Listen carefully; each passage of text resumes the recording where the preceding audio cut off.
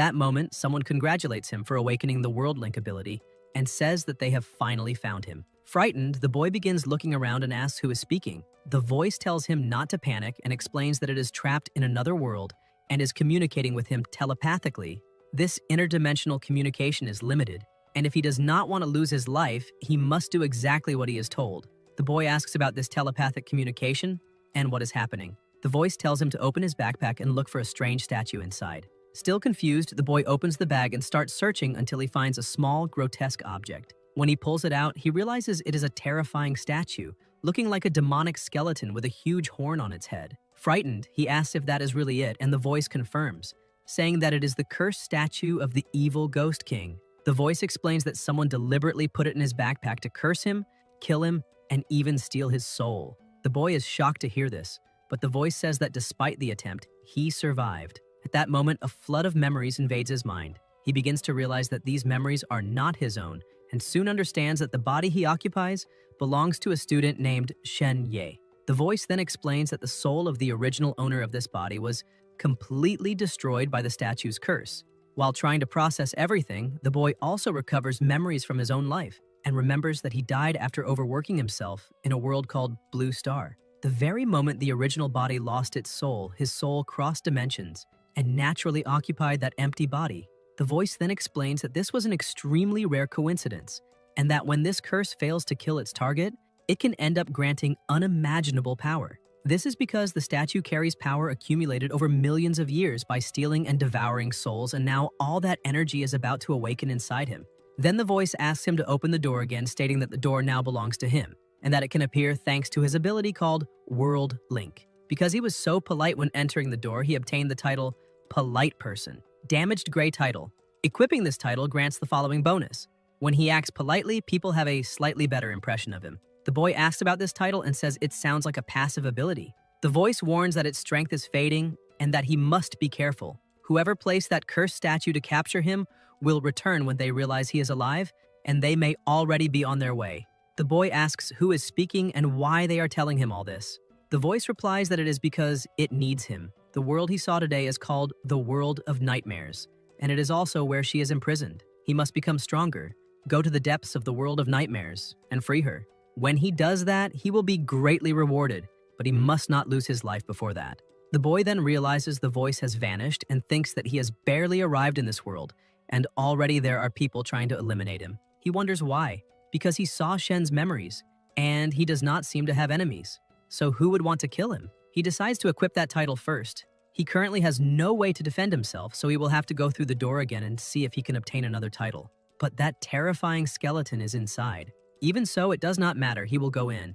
At worst, he can just run. As long as he stays close to the door, it probably will not be able to catch him. The boy thinks that skeleton looked incredibly strong, and there is no way he could defeat it, so he wonders if maybe trying to talk with it might work. He thinks communication is what makes humans human. A skeleton is just a finished person, a person eliminated, still technically a person. Maybe he can negotiate and convince it to help him defend himself from the enemies chasing him. With the Polite Person title, his chances should be good. The protagonist opens the door, stares at the skeleton, asks how it is doing, and says his name is Shen Ye, thinking of activating Polite Person. The skeleton keeps staring, and the protagonist offers his most sincere apologies for interrupting its meal earlier. He thinks the title seems to be working and says he would truly like to be friends with it. The skeleton tries to grab him, but Shen dodges and asks whether it really has to be so violent since he only wanted a small conversation. The skeleton tries to grab him again, but yet exits through the door, falls onto the bed, and says, "That was close." It seems that if the door is destroyed, it simply disappears. He grumbles that he knew it, gray titles are garbage, and asks what new title he got this time. The system notifies him that titles can only be obtained once per day. He has already used today's opportunity and must try again tomorrow. The protagonist says that means he can obtain titles infinitely. But he thinks that if the skeleton keeps blocking the door, he will not be able to obtain better titles tomorrow either. The Eliminator could appear at any moment, so there is no time to waste. It is now or never. He will bet everything on his past life as a top-tier salesman. Shen opens the door, politely asks permission, apologizes for disturbing it, says he is back, and thinks he will close this deal. A very loud noise is heard. The skeleton is now missing one arm, and Yes says there is no point. It cannot eat him, and he can freely travel between the two worlds. He only wants to talk about it. The skeleton tries to strike him again, but realizes it cannot reach him, and the protagonist asks whether it is now interested in hearing his proposal. The skeleton turns around and begins walking away. Shen asks it to wait and not leave. He realizes the skeleton was injured while chewing people. A new bone was slowly growing from the fracture in its left arm, so he asks if that is its left arm. The skull, ribs, and spine are all damaged. The skeleton looks back, and Ye says he cannot allow it to eat him. But the world has many great things for bones, like calcium tablets specifically designed to heal bones. In addition, there are tons of other supplements far more nutritious than he is. If they become friends, he can help buy them. After all, where he comes from, there is a saying, one would take a bullet for a friend. Buying calcium is nothing compared to that. Although in his case, taking a bullet probably would not be much of a problem either. Then the protagonist asks what it thinks about that. At that moment, Shen notices a light. The skeleton is releasing its power. Shen thinks that is not good and believes he will have to try something else. Then the system notifies him that he has received a contract. Ye realizes it is not an attack but a contract. It seems it worked. On the paper, it says the signatory is the progenitor of Shadow Bones, Gilded Corpse Maker, defeater of the Lord of the Underworld Mictlantecuhtli. Shen comments that these monsters really have serious credentials and asks why there is a pause after the name. It also says that the defeated Lord of the Underworld Mictlantecuhtli is the skeleton's battlefield acquisition officer. Contract content, equal exchange. Addendum, carried out 7 millennia ago when humanity with its talents for culture, art, and technology caused the eternal bell of destiny to ring. At that time, even the gods noticed. It hopes he can help restore its strength. It never makes contracts with beings other than gods, so he had better understand the value of this contract. This is a fair contract. If either party is dissatisfied, it can be terminated at any time. Sign the name on the line below to complete the contract. Ye is the human who overcame the curse of infernal beings, gate between nightmares and reality, sole controller of the 2 realms. Contract complete. Somewhere else, a voice says Ye has just left the hospital and must inform them immediately if he feels unwell. He should take it easy, stay home for a few days, and avoid stress. He should also take that tonic and drink it on an empty stomach because it will help him. And there are the calcium tablets he requested. The protagonist thanks his parents. His mother says he does not need to thank them. Health and safety are what matter most. Shen thinks that in his past life, he was an orphan. So having the attention of a family feels very good. Suddenly, someone knocks on the door and says they are from the East Precinct and are there because of his case. Incidents like that happen countless times every year, are completely unpredictable. And when they occur, all one can do is accept fate. Fortunately, he recovered, which is already a blessing in the midst of misfortune. Ye thinks no. He says the real Shen was eliminated by a monster summoned through a curse and asks if the next time something like that happens, everyone should simply leave it to fate. The police officer observes him and says he knows he is upset, but there is something he must say. The superiors have already approved it. That hospital will soon be abandoned and no one will be allowed to enter again. He can rest assured there will be no more victims. The protagonist notices that the 3 stars on the badge mean he is a sergeant. He is still very young. Shen thanks him for telling him and says he was just worried someone might be after him. The officer replies that he is only a high school student with a simple social circle, and they did not find anyone holding a grudge against him. That is all for now. They have other duties to fulfill and will not disturb him any longer. Shen thinks the curse of the Ghost King statue seems incredibly powerful. Not only can the police do nothing about it, but even the government finds it troublesome. It is obvious that even the police fear it and prefer to keep their distance. But as an ordinary high school student, he wonders why someone would use something so powerful against him. Later, in the same place, the sergeant approaches again. Ye says he thought he had already left and asks what brought him back. The sergeant hands him a card and says his contact information is on it. The protagonist thanks him. The sergeant says that if anything seems strange, he should call him directly. Shen looks at the card reading Luo Feiquan and thinks that perhaps not everyone in the police is useless. Even so, he wonders whether he can trust him, or rather, whether he can really help him. He also notices that the sergeant does not seem to be strictly following orders. If the police and government cannot do anything, what could a simple sergeant do? Besides, now that the news that he is alive has spread, whoever wants to eliminate him will not remain idle. The protagonist begins wondering whether these people might also go after his family, and concludes he must become stronger as quickly as possible. After that, Shen opens the door and asks whether the skeleton is there. The creature approaches, and Ye, holding a bag, says he brought the calcium tablets it wanted. The skeleton points to something else inside the bag, and the protagonist asks if it prefers that tonic. The skeleton releases its energy and words appear on the paper saying the other party desires the tonic in his possession. As a battlefield acquisition officer, the giant skeleton selected an item from its spoils of war collection, a relic of an enemy soldier offering it in exchange for the tonic. It is a low-level crystal nightmare, a relic created by the High Elves, ancient enemies of the giant skeleton. This crystal can directly instill knowledge, abilities, techniques, or information into the user. In the Kingdom of Nightmares, war is the eternal theme. Every civilization and all knowledge exist solely to increase combat capability. Shen comments that a crystal capable of granting knowledge and skills sounds interesting and accepts the trade. The crystals begin to float, and the system notifies him that he learned Moonlit Deer Step. It is a basic movement technique used by alien soldiers. The undead giant and the elves have been at war for centuries, and to counter the undead, the elves created this technique. It allows the user to escape, run, and dodge with great agility. Ye thinks he never imagined exchanging a simple tonic for an elven movement technique. At least now he has some way to defend himself. The skeleton takes the ingredients it requested and disappears into the darkness. The protagonist comments that it still hides in the dark even after they signed a contract and wonders what all the secrecy is about. In any case, he decides to start practicing Moonlit Deer Step for now. When he hears his parents returning home, he realizes it is better to go to his room. The system then notifies him. Moonlit Deer Step, first form, evasion. Required agility points, 3. After evaluating his physical attributes, the system indicates he has only 2 agility points and needs 1 more to use evasion. Shen asks whether it works like a game and wonders how he can increase his agility. At that moment, a voice appears saying he is truly alive and wondering how that is possible. Shen turns and sees a frightening man who says he wants to find out what he is really made of. The man advances, trying to strike him at all costs, but Ye manages to dodge. The attacker comments that he is not bad. The protagonist thinks that was close and realizes the man is an eliminator. He wonders if someone has already been sent after him and asks if there is anything he can help him with. The eliminator replies that he can simply lose his life. The system then notifies him that the crystal granted him knowledge. In the Kingdom of Nightmares, abilities, techniques, titles, and equipment have their own rankings from lowest to highest. Broken gray, normal white, excellent green, exceptional blue, and purple 1 in a million. The higher the rank, the more powerful the effect. The polite person title belongs to the broken gray level. While dodging attacks, Shen thinks it really is an extremely low-rank title, which is why it barely works. Still, he can use Moonlit Deer Step. The Eliminator comments that those are just cheap tricks and those idiotic steps will not save him from a bullet.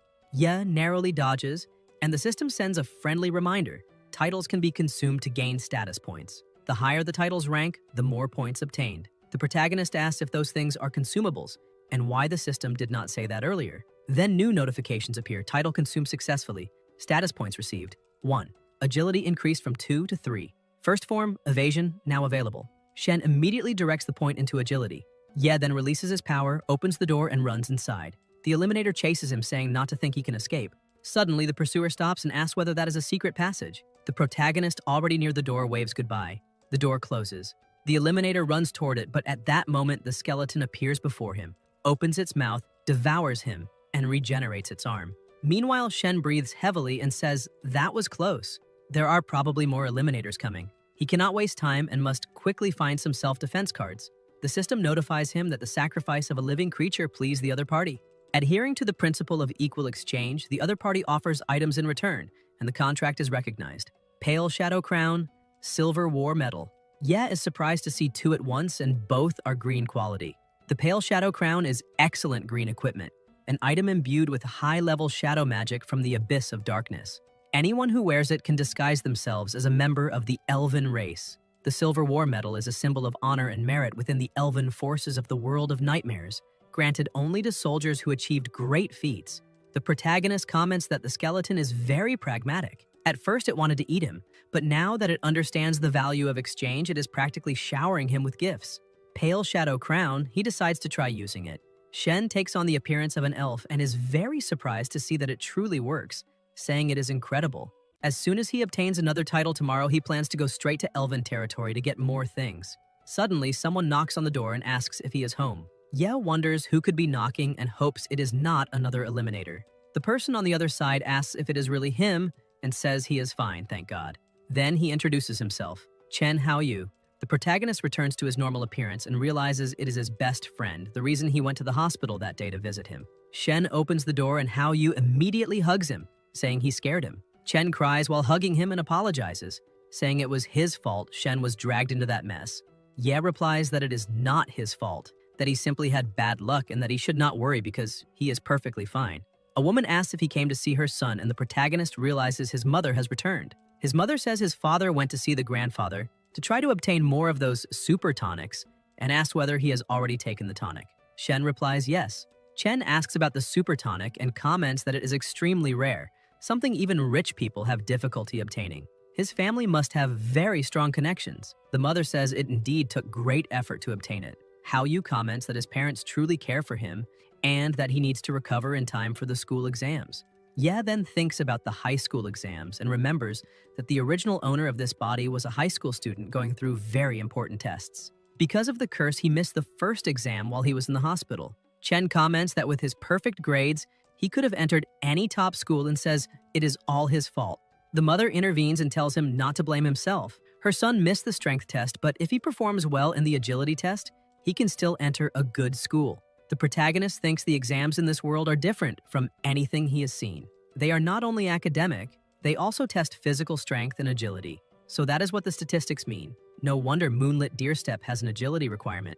Even so, he is being hunted at that moment. Going to school would be like painting a target on his back. Shen begins to tremble and thinks maybe he should give up the exams. His mother notices, approaches him, hugs him, and says that if he does not want to take the test, it is fine. They only want him to be safe and well. Ye looks at her and says not to worry because she does not know how strong he is now. He thinks that if he said he would give up the exams, she would agree immediately. Even so, the protagonist says he will go to school the next day to attend the review sessions. Memories continue flooding his mind. His grandfather and the entire family appear to be very important and influential people. However, his parents have a terrible relationship with the grandfather and the rest of the family. They never asked for help and always lived through their own efforts. Although life is not luxurious, it is decent enough. Therefore, there is absolutely no chance they could afford a super tonic like that. They probably had to humble themselves and beg the grandfather to obtain it. Even so, their real son has already been eliminated, and that is one more reason for him not to let all that effort go to waste. The three of them end up having dinner together. The next day, in another place, many students are studying. Shen looks at the material: body mechanics, introduction to psychic energy, strength training. The curriculum in that world is really different. He thinks it is a relief that there are so many people at school because no eliminator would dare act in a place like that. If he can enter a good high school, there will probably be much more powerful teachers who can protect him. At that moment, a student approaches and says Zhao is looking for him and that she is in the corridor. The protagonist thinks he remembers her as Ye's friend. She used to constantly bother him about studying and asks if she is looking for him. Zhao replies that she heard he returned to prepare for the exams and that he did well on the first one, so he must be feeling confident about the rest. He will probably enter the province's elite high school. Shen congratulates her. Zhao then says she only wanted to say that he should not look for her anymore. The people around hear it and begin teasing, saying the school beauty is rejecting him. Zhao explains that she means they will soon follow separate paths. They belong to different worlds and eventually will have nothing to talk about. They do not need to continue this, but they can still be friends. Ye wonders if he missed an exam and now she came only to twist the knife, thinking that is too much. Zhao says she deleted his contact information and hopes he lives well from now on. The protagonist replies that he remembers that during all these years she always came to his classroom to find him and that he never looked for her. In fact, he never wanted to be friends with her in the first place. With the exams approaching, he hopes she is serious and stops bothering him so he can study in peace. People begin commenting that Shen was the top student and Zhao was always chasing him. Now that he missed an exam, she publicly abandoned him. The girl beside Zhao says he received so many gifts from her and asks if that is how he talks to her, saying he is a disappointment. Yibing crying says they were friends. Ye thinks she is clearly underestimating his top-tier sales abilities and replies that yes, he accepted her gifts. But accepting gifts does not mean accepting her. Some people say they agree. The protagonist continues saying that if she really cared about him, she would not try to tie him down with gifts.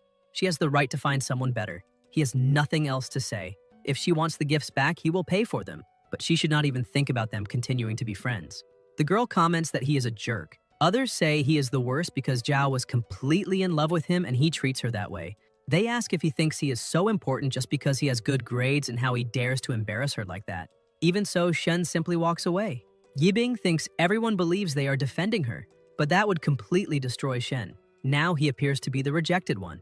With everyone watching, his reputation is ruined. Suddenly, someone steps in front of Ye and orders him to stop right there, saying she did not give him permission to leave. The protagonist looks and asks if he is not Sun Ming, the third-ranked student, and says class is about to begin, so he needs to move aside. Sun replies that he was absent from school for several days and is behind on the news because he has become much stronger. Now Shen is no longer the top student. If he does not want some bones broken, he had better apologize to Bingbing immediately. Shen says he misunderstood everything. Zhao was the one who asked him to come. He was not bothering anyone.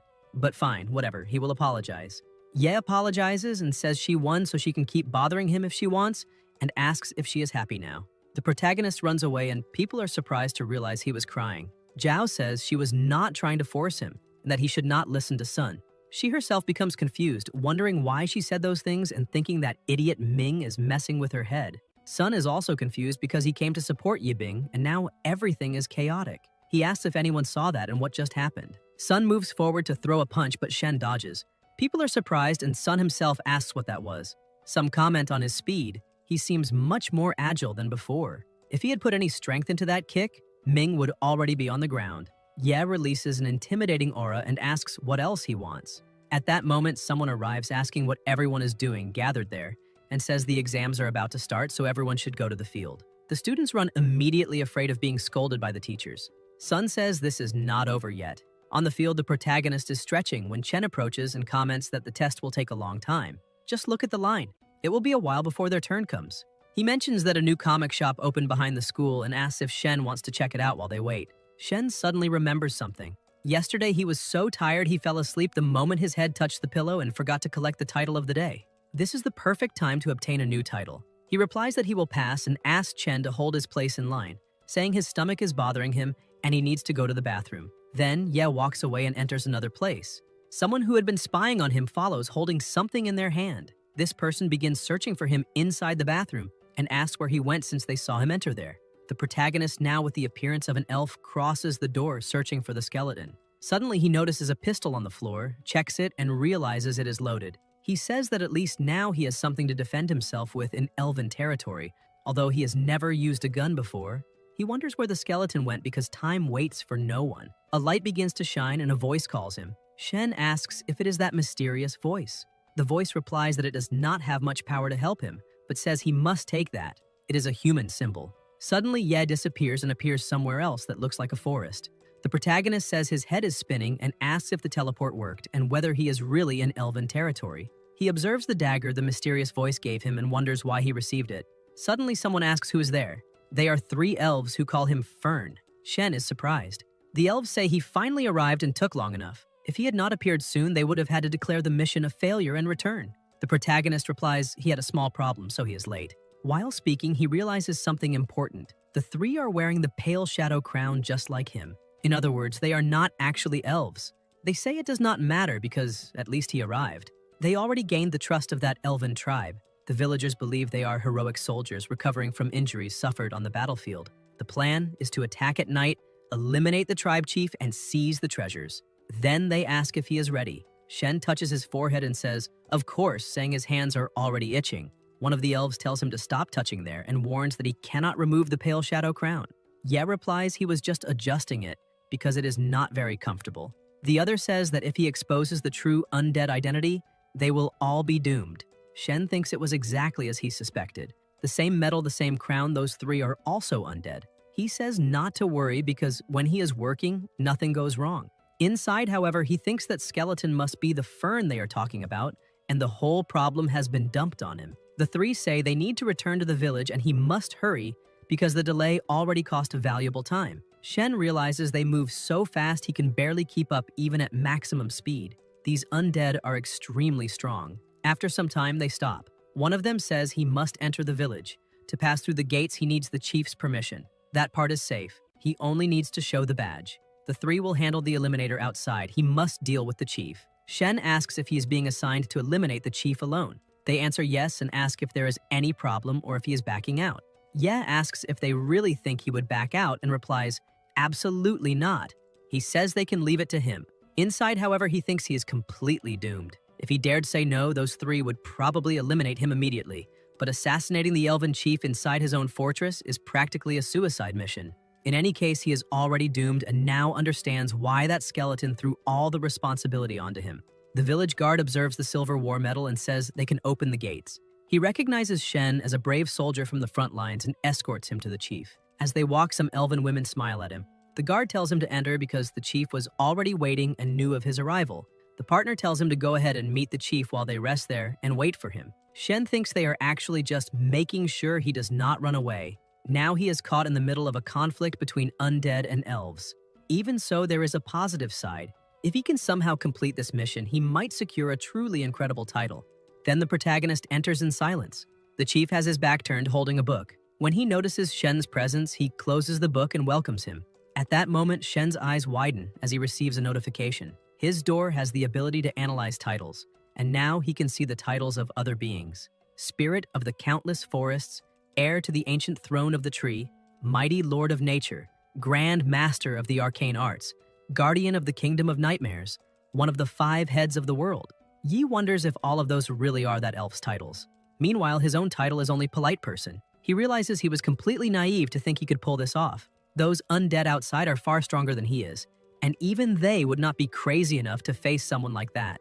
Polite person against spirit of the countless forests, heir to the ancient throne of the tree, mighty lord of nature, grand master of the arcane arts, guardian of the kingdom of nightmares, one of the 5 heads of the world. Simply perfect. The chief then says he appreciates his efforts and that he may rest well in the village before continuing his journey. The protagonist uses the door's magic and teleports to the dining hall. His partners say he has arrived and that he should eat something. It is still early and they can rest a little. Soon the target will join the party. When he lowers his guard, that will be their chance to act and they will provide cover. Shen thinks about that cover and realizes that in truth they intend to use the confusion to escape.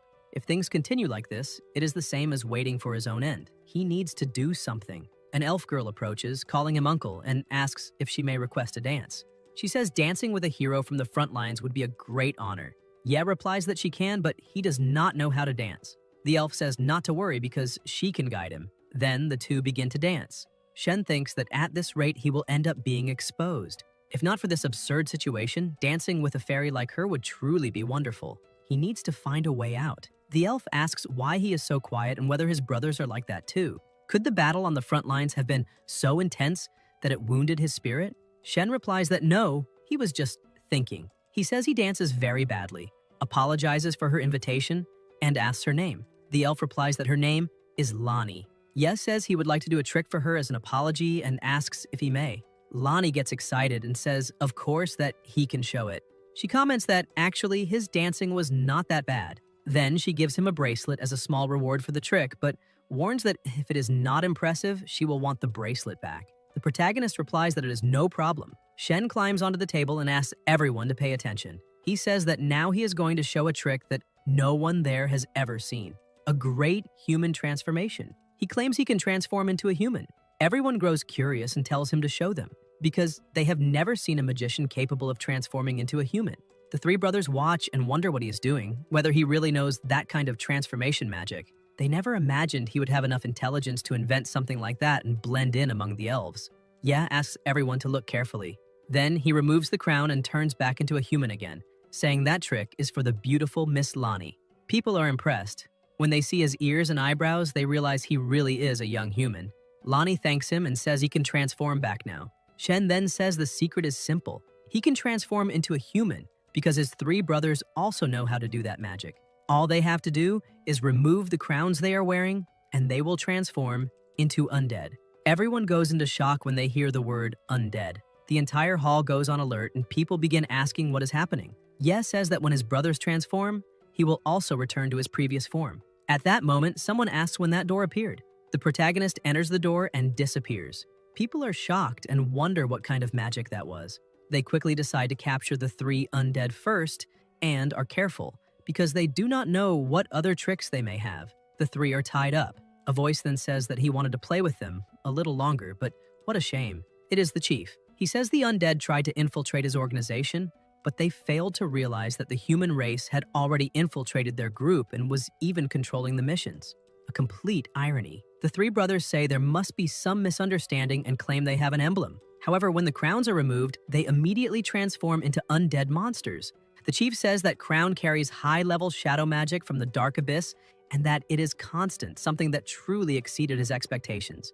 The entire village had been infiltrated by evil spies, and with that, they can now find their weakness and fight them. Even so, he says that this time, he has one doubt. Lonnie keeps looking at the place where the door appeared and thinks that he will return. Inside the door, the protagonist comments that he did not expect the door to change in order to adapt to the surrounding environment. That was far too risky, and he needs to remember that lesson. Shen looks at the skeleton and calls him an idiot, saying that while he was risking his life in elven territory, the skeleton was there having a banquet. The skeleton asks if he is still alive. Ye then asks if he could speak the human language and says that he gave him the pale shadow crown on purpose, trying to get him killed. The skeleton asks how he survived and wants him to tell everything, saying that if he tells him, he will pay a fair price. The protagonist, irritated, asks if he really thinks he is going to tell him. He says this is no longer about the reward because he nearly turned him into history and now he holds a grudge. A paper appears saying that the other party is being sincere and, according to the principle of equal exchange, has prepared for him a powerful, indestructible spell. Shen asked whether he thinks he can buy him with that and whether he is insulting his character. The skeleton replies that he gave him the pale shadow crown because he is human. Elves and humans are allies, so he had a chance of survival. If it had been the skeleton himself in that situation, he would certainly already be finished. As an apology, the other party exceeded the principle of equal exchange and decided to gift him a primordial nightmare crystal. The primordial nightmare crystal contains 3 high-level undead evolutionary talents. He can choose one of them to merge with his own soul and gain that ability. The skeleton explains that talent is a special personal ability that can be used without spending energy. That primordial nightmare crystal is the foundation of the undead race and extremely precious. The only reason he is still alive is because the others want that crystal. They covet the talents contained within it, the legacy it carries. That is why they did not eliminate him earlier. Now he is giving that opportunity to Shen. They would never imagine that he would leave something like that in the hands of a human. Shen replies that he is a man of principle. Since he is being so sincere, he will forgive him this time, but he must remember that there will not be a next time. Suddenly, the pressure rises and attacks are launched. The skeleton tells him to choose because he can take one of those primordial talents and make it his own.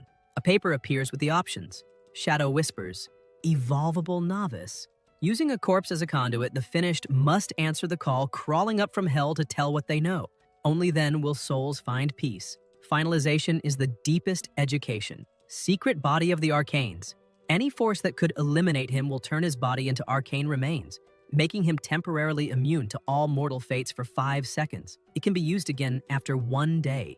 Those who try to control his life and his finalization will not meet a good end. Resurrection of the finished. He must create a soul flame and place it into a fallen body. The soul flame will merge with the body and revive it. There are many kinds of resurrection spells, but this is one of the deepest and most primordial secret arts, capable of reviving the finished and representing the fundamental power of the undead race. The protagonist thinks that resurrection of the finished is useless to him right now. Secret body of the arcanes could allow him to escape finalization for a few seconds, which sounds invincible, but after those seconds, he could still lose his life. As for Shadow Whispers, it seems useless at first glance, but it is exactly what he needs now. Knowing information is the fastest way to discover who wants to eliminate him, so he chooses Shadow Whispers. A very loud sound is emitted. After that, still in the same place, Shen realizes that he can feel the whispers of the undead. The skeleton asks if he really chose that. Ye asks what is wrong with it. The skeleton replies that nothing is wrong, only that this ability is not very good for combat. In his memory, those unwanted ancient monarchs always chose the third option. A few selected the second. No one had ever chosen this one. The skeleton then asks whether he can now tell him what really happened, because that is very important to him. He explains that the original target of the assassination was supposed to be an elven priestess. As for the man Shen just saw, he is the most powerful high priest of the elven race. The protagonist thinks it is no surprise that man had such impressive titles as Spirit of the Countless Forests, Heir to the Ancient Throne of the Tree, Mighty Lord of Nature, Grand Master of the Arcane Arts, Guardian of the Kingdom of Nightmares, and one of the 5 heads of the world. The skeleton explains that the 3 nightmare knights captured by the elves can no longer watch him or threaten him. This is the only chance he has. Then the skeleton runs off. Shen asks where he is going, but soon gives up on knowing. He says to leave that aside because everyone has their own problems, and he needs to take care of himself first. The system then notifies him that opening that door granted him an appraisal title, one of our own, green title, Excellent. By using this appraisal title, he receives the following bonus. When he tells the target that they are from the same class, the target will treat him as one of their own for 10 seconds. After that, the target will forget everything that happened before. This title can only be used once per day. The target's total attributes cannot exceed 3 times his own. Otherwise, the target may resist the title's effect. He also obtains the bracelet of Nature's Blessing. Shen comments that bracelet was given by Lani and that it truly is green quality, something very good. The system confirms that the green accessory is excellent and rare. When wearing this bracelet, spiritual power increases slowly over time. Ye comments that it is not bad at all. A short sword, a green rank title, a green bracelet, and a pistol. It was a great haul. He needs to keep those things well hidden and not let anyone see them. Somewhere else, someone announces the agility test. Chen is next, so he should get ready and begin. The protagonist cheers for him from the stands. While running, Hao Yu thanks him for the support and says that this is easy, that he can handle it. Suddenly, Chen trips, and some people laugh, saying he is a fool and that it serves him right because he was acting too full of himself. The examiner says he scored 71 points and should be grateful that this is not the end of the road. Then the examiner calls the protagonist and asks him to prepare himself. Ye takes the test with great agility. People are impressed, saying that he is very fast. The jets of ink cannot hit him, and his posture is very good, as if he were gliding on ice. Some comment on whether, after leaving the hospital, he became even faster. The protagonist thinks that with the experience he has, that test is very easy. He only has to use a bit of moonlit deer step to dodge the ink jets.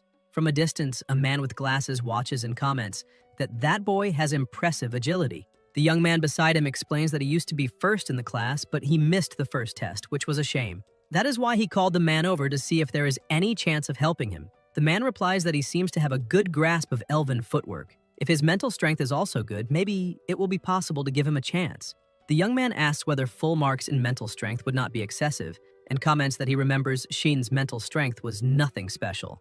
Even so, they say it is better to wait for the result of the mental strength test. Maybe he will surprise them. However, only full marks would meet the requirements. The examiner then announces that Shen obtained full marks in agility and comments that if he had not missed the first test, it would have been perfect. The protagonist thanks him and says he still has not given up on entering high school. Soon after, lunchtime is announced. Whoever wants to eat should go now because the remaining test will continue in the afternoon. Chen comments that no wonder Shen is so good. After all, he got full marks. He suggests they go eat something. Shen replies that he can go wash up first, while he himself will head to the study room to read a little. Somewhere else, Ye places his face on the book and complains. He says that mathematics, physics, and chemistry he can more or less keep up with because they are similar to those of the old world. But language and history are a mess. The history, the important people, the events, and even the literary works of that world are completely different from those of the old world, which leaves him utterly confused. Suddenly, someone approaches and flips the table over together with the books. It is Sun, saying that he already said this was not over yet. The protagonist asks if Zhao was the one who sent them. Sun replies that she does not even care about him. During the time Shen was not at school, his strength reached level 27. Now he wants to see who is better, Shen's 2 points of agility or his own 2 points of strength. They are going to find out who the true leader of the year is. Shen asks why all of this, since they are classmates. He uses the trade ally and says that there's no reason for such a fight. Soon the ability affects everyone there, and Sun says he has no choice because Yibing cried and asked him to take revenge. The others also say they did not want to fight, but they like her very much, and besides, Shen seemed very arrogant, so they wanted to teach him a lesson. However, they end up saying it is better to leave it alone. Since they are classmates, maybe it is better not to do anything. Ye thinks that, thankfully, this is only a school fight. No one there truly wants to eliminate him. The effect of same class member lasts only 10 seconds, and it is already almost ending. When the effect ends, the others say that now they really are going to finish him off. The protagonist thinks that is the problem. He can only use the title once per day, a truly annoying limitation. The system then notifies him that he has unlocked a special entry, receiving 3 attribute points. Shen decides to put the points into strength. The system informs him that, besides the 3 newly obtained points, he can also redistribute the point he had put into agility. He thinks about it and realizes he can alter his attributes freely. That way, he could stop being a fast fighter and turn into a tank whenever he wants. So he decides to place all 4 points into strength. New notifications appear confirming the successful increase. His strength rises significantly. A boy grabs him from behind and says not to run this time, wanting to see him face Ming head-on. Sun advances with a clenched fist and asks if he is ready to break some ribs. Ming lands the blow, but the protagonist feels no pain at all. Sun becomes confused until he realizes his own fingers are breaking. A normal human, without special training, has basic strength and agility both equal to 1. The protagonist easily breaks free and punches the face of the boy who was holding him. People are shocked to see that and begin asking how he managed to withstand Sun's punch without suffering any damage. Strength, as a basic attribute, does not represent only brute force. It includes the resistance of bones and muscles, the resilience of internal organs, the elasticity of the meridians, the explosive release of inner energy, and the level of cellular renewal. All those factors come together and form what is called an individual's strength. Shen says he already failed one subject, and even so, they came to attack him right during the final exam. They gathered together out of jealousy without caring that they might destroy someone's life. Sun, lying on the ground, says that he deserves to lose his life. Ye lifts him up and says that if it had been another classmate in his situation, or even the former Shen, they probably would have beaten him and left him gravely injured. Ming then says it was their mistake and asks him to forgive them this time. The protagonist, still holding Ming, says that he humiliated him, assaulted him, and tried to destroy his future, and asks whether he still thinks he deserves forgiveness. Shen then throws him against the wall, producing a loud crash. Sun begins to scream for help. At that moment, the teacher opens the door and asks what is going on in there. Several students are lying on the floor, gravely injured, while Shen is sitting on the ground. He says the teacher finally arrived and that they were bullying him. The teacher asks what he means and whether he really beat them all up like that and is still saying he was the victim of bullying. Zhao watches the scene and realizes her calculations were wrong. Those few students were not even opponents for Shen. If he is that strong, she thinks, then now it no longer matters. Her partner asks whether she is regretting it. Yibing thinks that she is regretting it.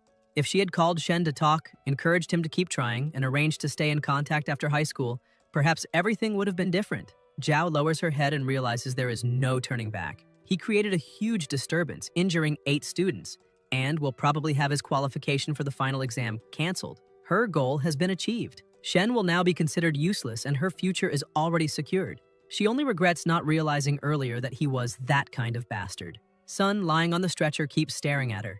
Yibing notices the look and thinks that this cannot be happening. That idiot kept looking at her the whole time. She wonders if he is trying to drag her into that mess and thinks that he must not look at her that way. Zhao hopes he says nothing and wishes he would simply keep his mouth shut. Ming calls out to Bing Bing. Yibing looks at him, begins to cry, and says Shen hurt him like that. She declares that she is going to call the police immediately. The protagonist thinks that with this move, she managed to take a beating and still free herself from the blame, leaving all the responsibility on him. The teacher comments that now that a student called the police, the situation has become even more complicated. He orders everyone to return to studying and disperse. Shen must follow him to the teacher's room. Somewhere else, the principal comments that the students are excellent, at least some of them. Qian replies that it is not that he does not want to help, but if they do not meet the minimum requirements of the group, what can he do? He says he still has other matters to handle and that he will take his leave for today.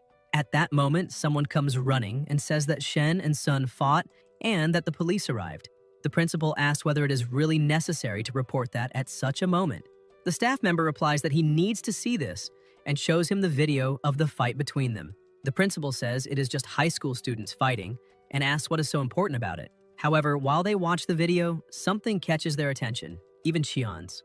When the police arrive, they also analyze the video and ask Shen whether he had already started recording from the beginning. The protagonist replies that yes, because he was afraid they might eliminate him, and thinks it was a good thing he started recording. The police officer explains that even with the video, he still needs to accompany them to give a statement. The final result will only be determined when the medical report on the injuries is ready. The teacher intervenes and says that this student already failed one subject because of an anomalous accident. If they take him now, he will end up missing another test. He asks what else needs to be investigated if there is already video proof. The officer asks him to calm down and says that he will only return to provide clarification, that it will not take long, and that if the injuries are not serious, everything will be resolved quickly. The teacher comments that in that case, they may end up ruining his future. Meanwhile, Shen thinks he cannot waste time. He needs to keep switching his attributes to force the body to adapt quickly to those changes. The principal approaches and says it was a good thing he recorded everything on his phone. Otherwise, the injuries of the other students would have been enough to get him expelled. The teacher comments that Qian finally arrived. Qian agrees and says that Shen's physical condition and abilities already surpass those of the other students. Fighting with them made no sense at all. He watched the video of the fight, and even though it was only half the recording, he noticed that Shen controlled his own strength during the battle. He asks if that was really the case. Ye confirms it and says he was afraid of ending up eliminating someone. Qian replies that he truly is a young man of great character. The combat technique he demonstrated during the simulated exam was perfect, and he already deserves a recommendation. He says he would like to speak with him. The protagonist takes the card he hands him and thinks about what the Human Martial Arts Group means. It is an organization that preserves the legacy of various forms of martial knowledge, possessing vast intellectual property rights and copyrights over countless martial arts manuals. For ordinary people, entering that group is like a fish leaping through the Dragon Gate, leaving the common class behind. It is the true path to ascension. Shen observes Qian and realizes that his mere presence already gives the feeling that he has no weak point at all. No matter how he distributes his attributes, he would not even be able to touch him. Qian then asks the intelligence system to assess his strength, saying that it seems to be at least 4.5. He asks whether Shen can tell him what the exact value is. The intelligence system is the superior AI of that world, capable of accurately assessing a person's qualities. Ye thinks that is impressive. If he has the protection of someone like Qian, he will not need to worry about eliminators. So he replies that his strength is 5. The principal and the teacher are surprised. Qian also shows surprise and says he truly did not expect that. The protagonist asks if that value is very high. Qian explains that at the elementary education level, reaching 4.5 already exceeds the evaluation standard.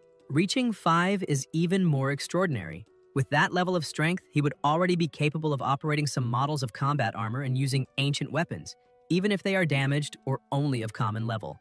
In addition, his performance on the movement exam was perfect, which already guarantees the right to a recommendation. He can join the group. Qian says he will arrange a new evaluation for him. Normally that would not be permitted, but in order not to waste a talent like his, the group has authorization to suggest to the Department of Education that they carry out reevaluations and additional tests for certain special candidates. So it is decided that someone will help arrange everything for him. As for the investigation into the fight, that will be up to the authorities. But the timing of the reevaluation will be taken into consideration.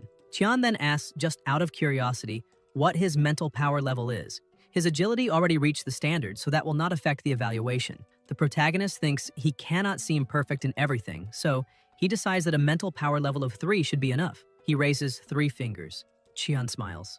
The teacher is even more surprised and asks whether 3 is already considered high, commenting that his mental power truly is not ordinary. Qian asks whether he can demonstrate it, explaining that a level of 3 is already enough to move objects with the mind. He suggests that Shen try moving a chair. Ye thinks that he only needs to raise the mental power attribute to 3 in order to do that. At that moment, the police officer tells them to stop.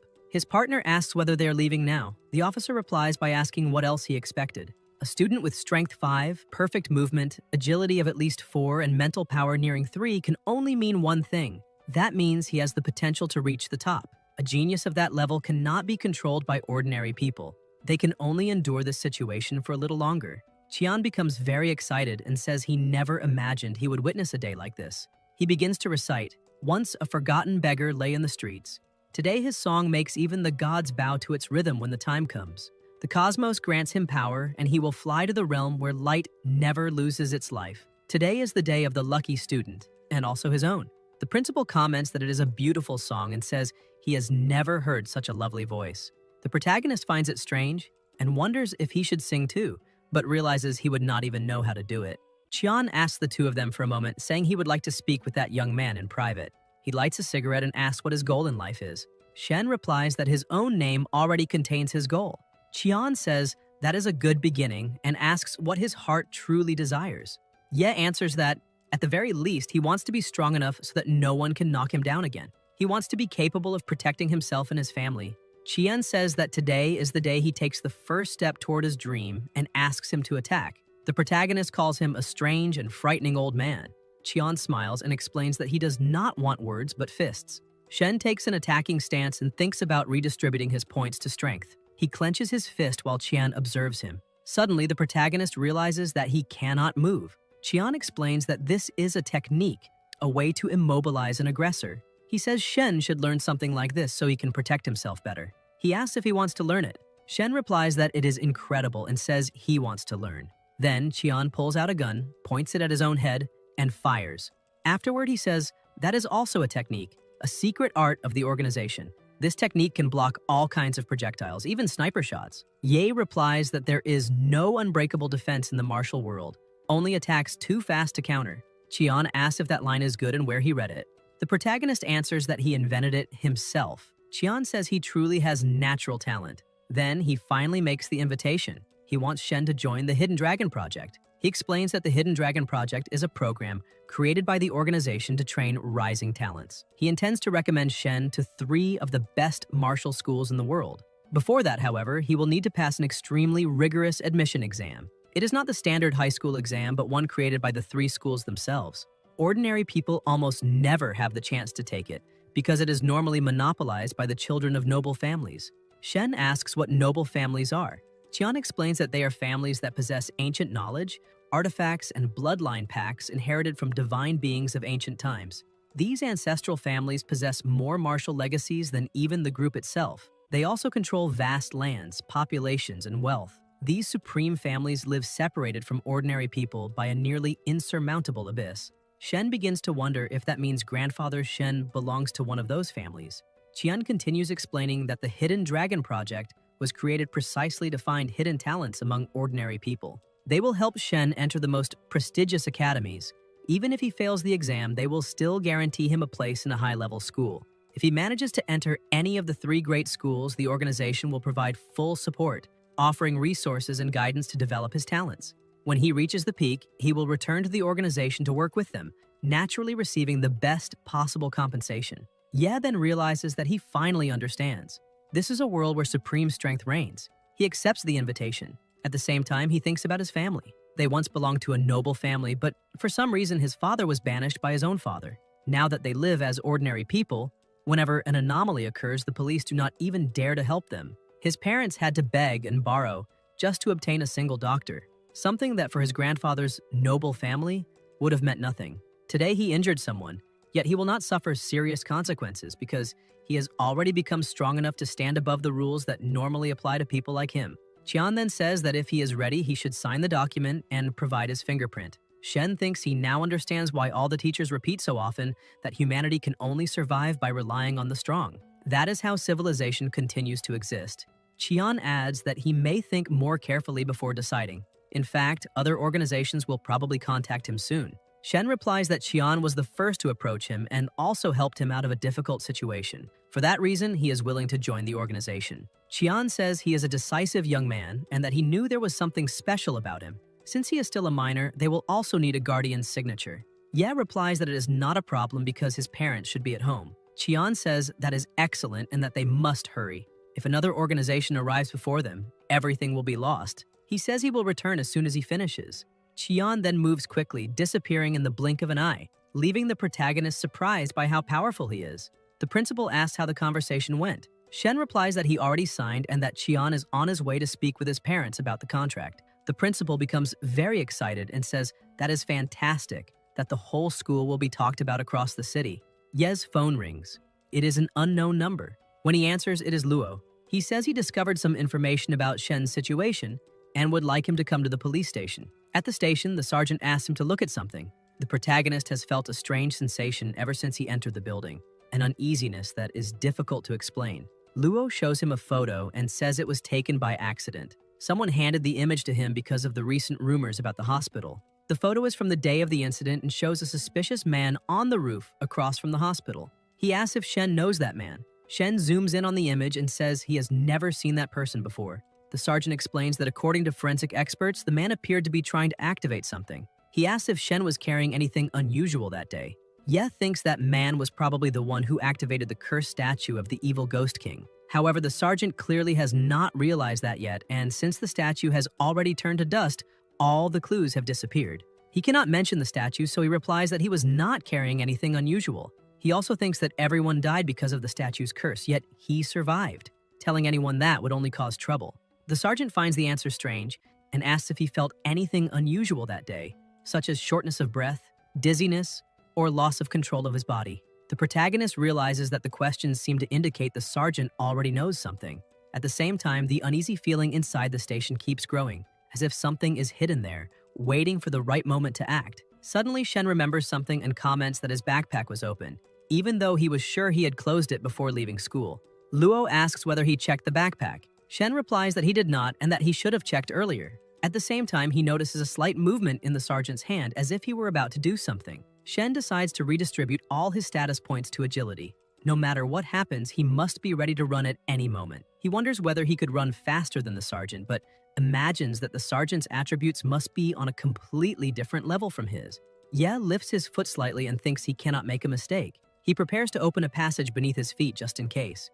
If something goes wrong, he only needs to kick the table and fall directly through the door. At that moment, the sergeant's phone rings. The protagonist thinks he almost triggered his escape by accident, but this might be his chance to get away. He decides to leave while the sergeant answers the call. The sergeant tells him to stay where he is. On the other end of the line, a voice says that his time has come. Energy begins to rise. Shen becomes confused and wonders what is happening, whether that is an eliminator. Soon he realizes that the target is not him, but the sergeant himself. He also wonders whether that is the technique Jian mentioned earlier. Luo asks if the enemy is right outside the station. The sergeant then moves quickly and shatters the window glass. The alarm sounds. Intruder detected. An invader has entered the police station. All non-combat personnel must seek shelter immediately.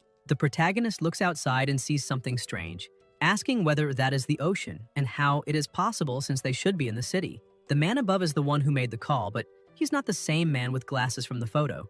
The invader says that the sergeant eliminated many members of the church and that he came to settle the score. Luo replies that he is busy at the moment and that they can talk later. The invader says that his life is the only explanation needed. Shen goes back inside the station and realizes the two of them have disappeared. He fears the sergeant has been trapped in that strange ocean. The strange feeling returns once again. He begins to wonder what is happening to him and whether that office is haunted. He says that whoever is there should appear now. Energy begins to flow from his eyes. The system sends a notification. The necromantic ability Dark Whispers has been activated. The question compels any soul bound to a body in that place to return an answer. If they refuse, they will never find peace. Ye realizes something and says Dark Whispers works on souls bound to a body. That means there is a body inside the sergeant's office. Then a voice responds, giving thanks. The protagonist, frightened, asks who is there. The voice replies that it never imagined it would return to its own body using that old rotting shell just to answer questions. Shen realizes the voice is coming from the closet and thinks the body must be inside. That voice sounds familiar. It cannot be. The voice says a hunter was finished by his own prey and asks whether afterward the killer disguised himself to take his place. Shen opens the closet and finds Luo there, with his hands tied and already dead. The voice says that it is indeed him. Ye asks what happened. Luo replies that the man with the dark glasses from the photo eliminated him. That man was an eliminator. He explains that he was a special operations soldier with balanced strength and agility. To fight at his best, he needed top-level equipment, but one moment of carelessness was enough for him to be defeated. At the critical moment, his weapon failed, and after killing him, the enemy assumed his identity to lure Shen to the station. The protagonist asks what his objective was. Luo replies that he does not know exactly, but the imposter definitely wanted answers. Shen thinks that makes sense. The curse of the evil Ghost King statue had never failed before, so the enemy must have become curious about how he survived. Fortunately, that lunatic attacked the police station, which probably disrupted the Eliminator's plans. Shen says the imposter was taken away by a man wearing colorful pajamas who seemed to use some kind of sorcery. Luo asks what kind of sorcery. Ye explains that the area outside the station turned into an ocean for a few moments and then returned to normal. But the imposter and the attacker did not return with it. The sergeant says the prey tried to disguise itself as the hunter, but it did not know that the hunter also had bigger problems waiting. That was not sorcery, it was an anomaly. When another world connects with ours, enveloping, infecting, or consuming an area, or even taking people away, it is called an anomaly. There are even worse cases known as calamities. Shen asks what a calamity is. Luo explains that it is when powerful monsters from other worlds suddenly appear and cause massive destruction. He asks if Shen has ever heard of the city of Jiang. Shen replies yes and says people said an earthquake destroyed the entire city. The sergeant says that was only the official version. In reality, it was a classic case of calamity. More than 13 million people lived there and not a single one survived. Yes says that is horrible. Luo replies that there is no time to mourn. That anomaly was temporary and the Eliminator may return at any moment. The protagonist asks whether that means he is still in danger. The sergeant says yes and tells him to go to the armory on the 3rd floor. Outside, there is a silver panel on the wall where he must enter a code. After hearing the code, Shen comments that it is enormous. Luo explains that there is a special pen outside the armory. He must write the code on the wall with it. When he reports the truth, he will receive protection. Time is running out, and that is his only chance to stay safe. The system then notifies him that the other party has said everything he could. The soul has departed. Shen looks at the completely lifeless body and finally understands. No one wanted to get involved in his case because things like this happen all the time. In this world, those who are not strong enough are crushed. He wonders whether he should expose the Eliminator's identity, but concludes it would not help. The enemy may have accomplices within the station itself. With the abilities he displayed, he could eliminate Shen instantly. The only option is to follow Luo's instructions and secure his safety on the 3rd floor. Shen rests his head against the closet and thinks he may never be able to avenge the sergeant with his current strength. Even so, he makes a vow. No matter what happens, he will avenge Luo and ensure he rests in peace. Suddenly, a phone rings announcing that an anomaly has occurred and that everyone must gather on the ground floor for inspection. Soon after, the door opens. A police officer says there was an attack and that everyone must go immediately to the central cyber system for a scan.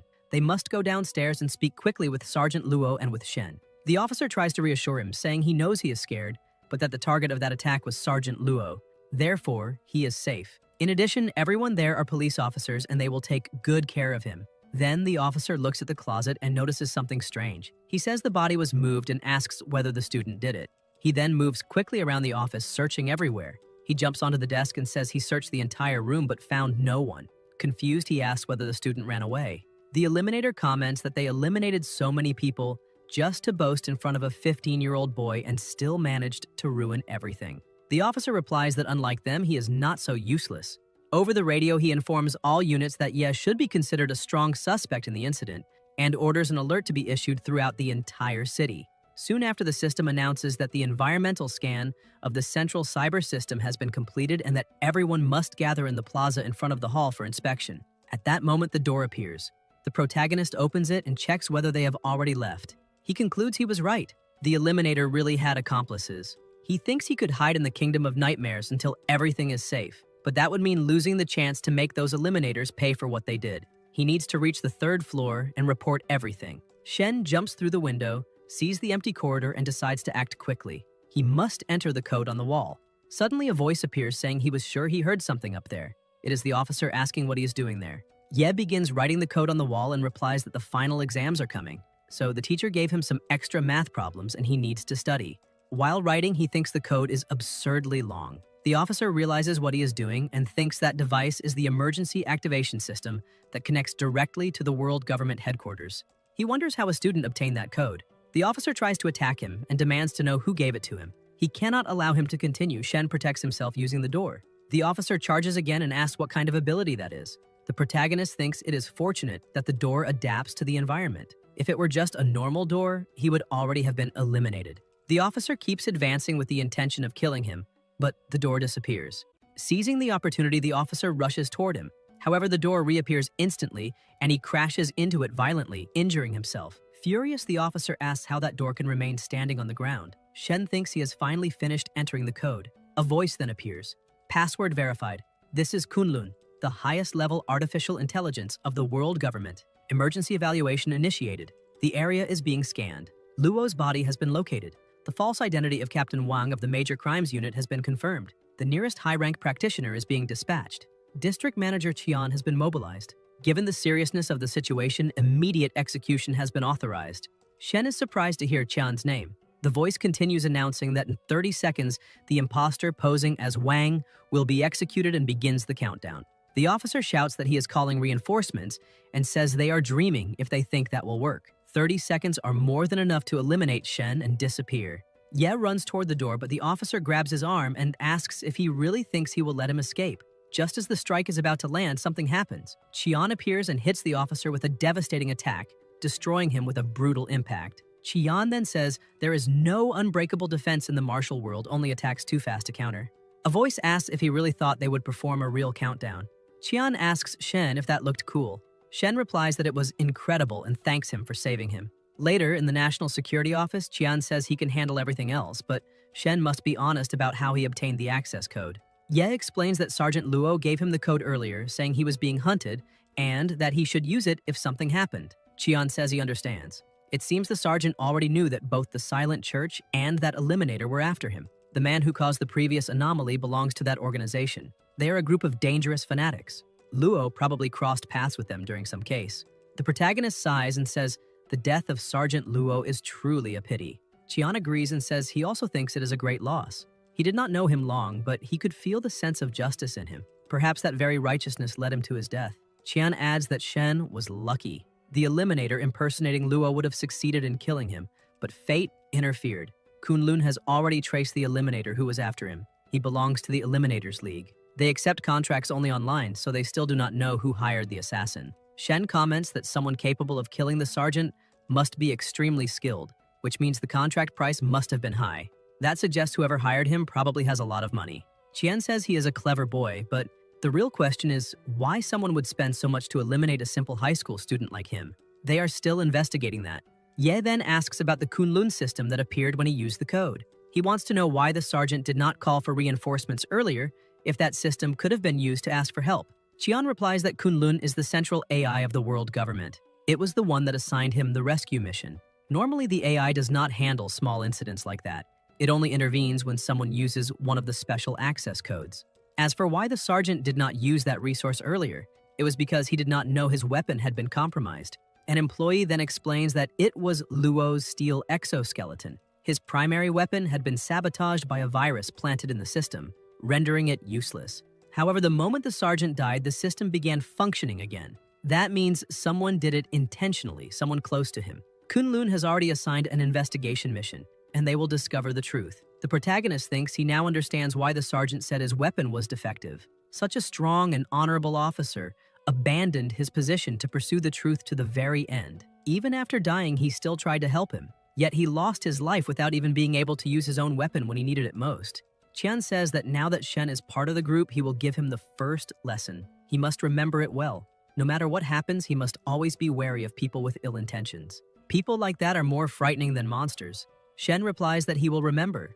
Qian then tells him to come with him because he arranged to meet his parents.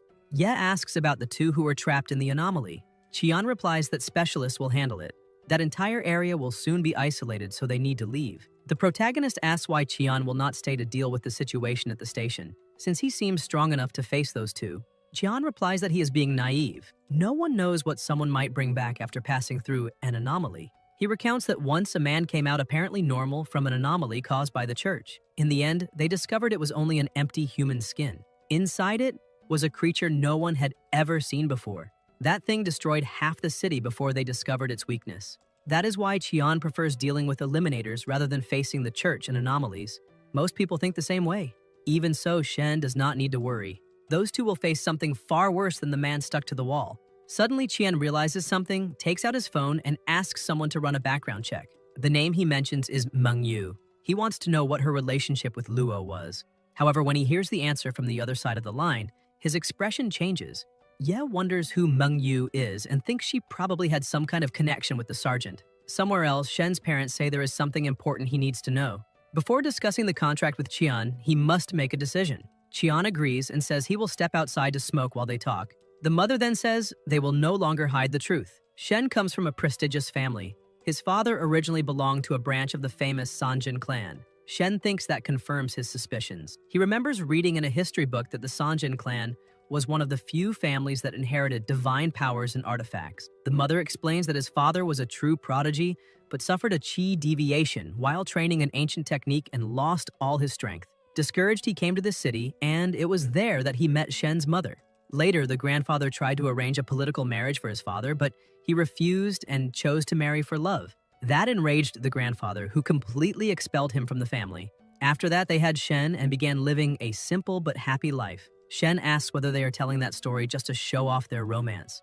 His father replies that is not the reason. They are telling it because the talent Shen has shown is far beyond ordinary. If he returns to the grandfather now and acknowledges his bloodline, the old man will certainly accept him. He could become a disciple of the clan and gain access to extraordinary resources and privileges. The heritage of a prestigious family is something most people can only dream of possessing. However, if he joins the human martial arts group, he will lose that opportunity forever. The choice is his. Whatever decision he makes, they will support him. Shen then says he has already decided. He will join the human martial arts group. His mother asks if he is sure. If they speak to the grandfather, he could live a life filled with wealth and comfort. Shen says he does not want to go back. He does not want his parents to have to beg again because of him. If his father managed to move forward on his own, then he can do the same. He believes in himself. His parents say it is his life and they respect his decision. He has grown up. Shen thinks that over the years they almost never returned to the grandfather's house. Whenever they did, they were received coldly. Neither the grandfather nor the rest of the family treated them well. The only good memories he has of that place are from childhood when he played with other children of the family. In his past life, he faced constant loneliness and hardship. Only now does he truly understand the meaning of a family's love. Qian says they are welcome to the human martial arts group. The protagonist thinks that a cold family like the Shen clan is something best left in the past. Qian continues by saying that in a few days he will participate in the admission exams for the 3 most prestigious schools in the world. Until then, he would like Shen to remain at the group's facilities preparing himself. He asks the parents whether that is acceptable. The mother replies that it is wonderful. Those are the best schools in the world, so their son should not pressure himself too much. He just needs to do his best, as he always has. Shen then says they can consider him officially part of the team from that moment onward. Meanwhile, in a corridor, Zhao sits scrolling through her phone.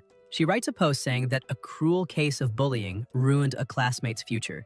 The top student in the class, after failing an exam, supposedly became mentally unstable and took revenge on society by injuring his classmates. According to her, the police had to intervene and there will certainly be consequences. Zhao looks at the post and thinks it is perfect. Her video is spreading quickly and everyone is talking about what happened with Sun and the others. In her view, it was completely worth it to go to the hospital just to take a photo of her injured face.